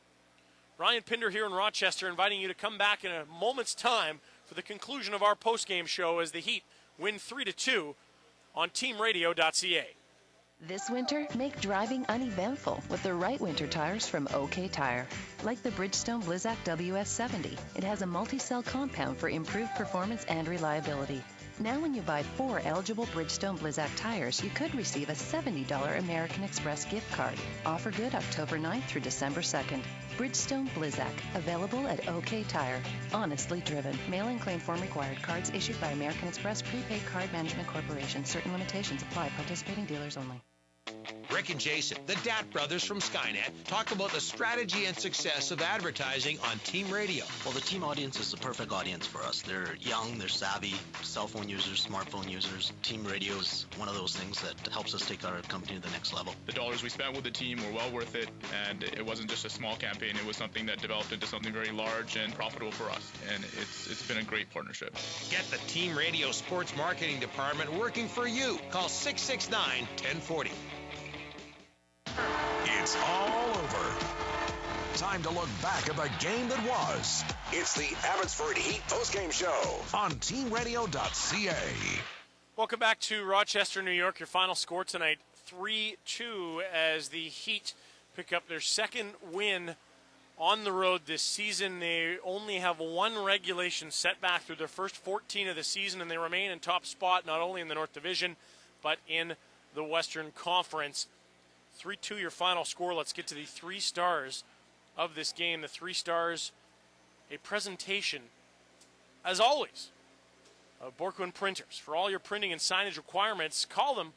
Exceptional service guaranteed. Borkwin Printers, proud to present your 3 stars. Number 3, with a goal that tied the game in the third, logging some sizable minutes on the back end, the defender Braden McNabb, getting his first goal of the season, named the 3rd star. Star number 2 with a game-winning goal in his first of the season after missing the bulk of the first month due to injury sustained in the offseason. Paul Byron named 2nd star. He had the game winner at 8:42 of the third, set up by Kalanos and Lamb when a point shot hit a skate. Byron got there first and beat the netminder Knapp for the 3rd goal of the night for the Heat. He is star number 2. Star number 1, continuing his run of strong play after, let's say, a okay but not overwhelming start to his Abbotsford Heat career, Ben Street. He assisted on Lang's goal, logged some big minutes for the visitors, big face-offs. Great work with that unit of Olsen and Lang. They tied the game at 1 early in the second period. And Street's contributions not missed by the 3-star selection panel here in Rochester. He garners the 1st star of the game. Elsewhere, our Fix Auto collision of the night we'll give to Joe Piscula for his hit on Nick Tarnaski in the first period. He ran him into the turnbuckle on the Heat bench as Tarnaski was speeding through neutral ice into the Heat zone. Piscula caught him with his shoulder. And the big forward, who has 7 majors this season, stayed on his feet impressively, but took a shoulder and then the turnbuckle where that glass rejoins the playing surface at the boards at the end of the Heat bench. A big hit from Piscula there that turned out to be a double whammy. Shoulder, then turnbuckle. Piscula gets our Fix Auto collision of the game. Up next for the Heat, they'll board a bus tonight and head to Toronto, enjoy an off day tomorrow after a busy stretch that saw a Tuesday game, Wednesday game, both on home ice. A Thursday travel day started with an early morning, 5 a.m. in the Pacific time zone, and a late night before getting into bed with a couple delayed flights via Chicago's O'Hare Airport. The Heat happy to get 2 points tonight for sure. They survived that game-tying goal in the third and found a winner, and they'll head to Toronto off day tomorrow before their 2nd of 5 road games on this 12-day swing through New York, Ontario, and Texas. Sunday, it's a noon start from Ricoh Coliseum in Toronto, home of those Marlies. Shake your fist a little. They defeated the Heat last season in the postseason, but the Heat have taken all 4 points from the Marlies in the regular season to date this season. We'll look forward to that first matchup at Ricoh, which is a great barn when it's close to full, and they're expecting a sizable crowd for that Sunday affair. You can catch it on Sirius XM as well as teamradio.ca. Thanks so much for your ears tonight. My name is Ryan Pinder. For all of us, including Eddie Gregory back at Team Radio Controls and the rest of the Heat broadcast crew, to our guest Troy Ward, as well as Adam Estoclay, we say thank you and good night from Rochester as the Heat lead 3-2. They win the game and remain in top spot. Good night.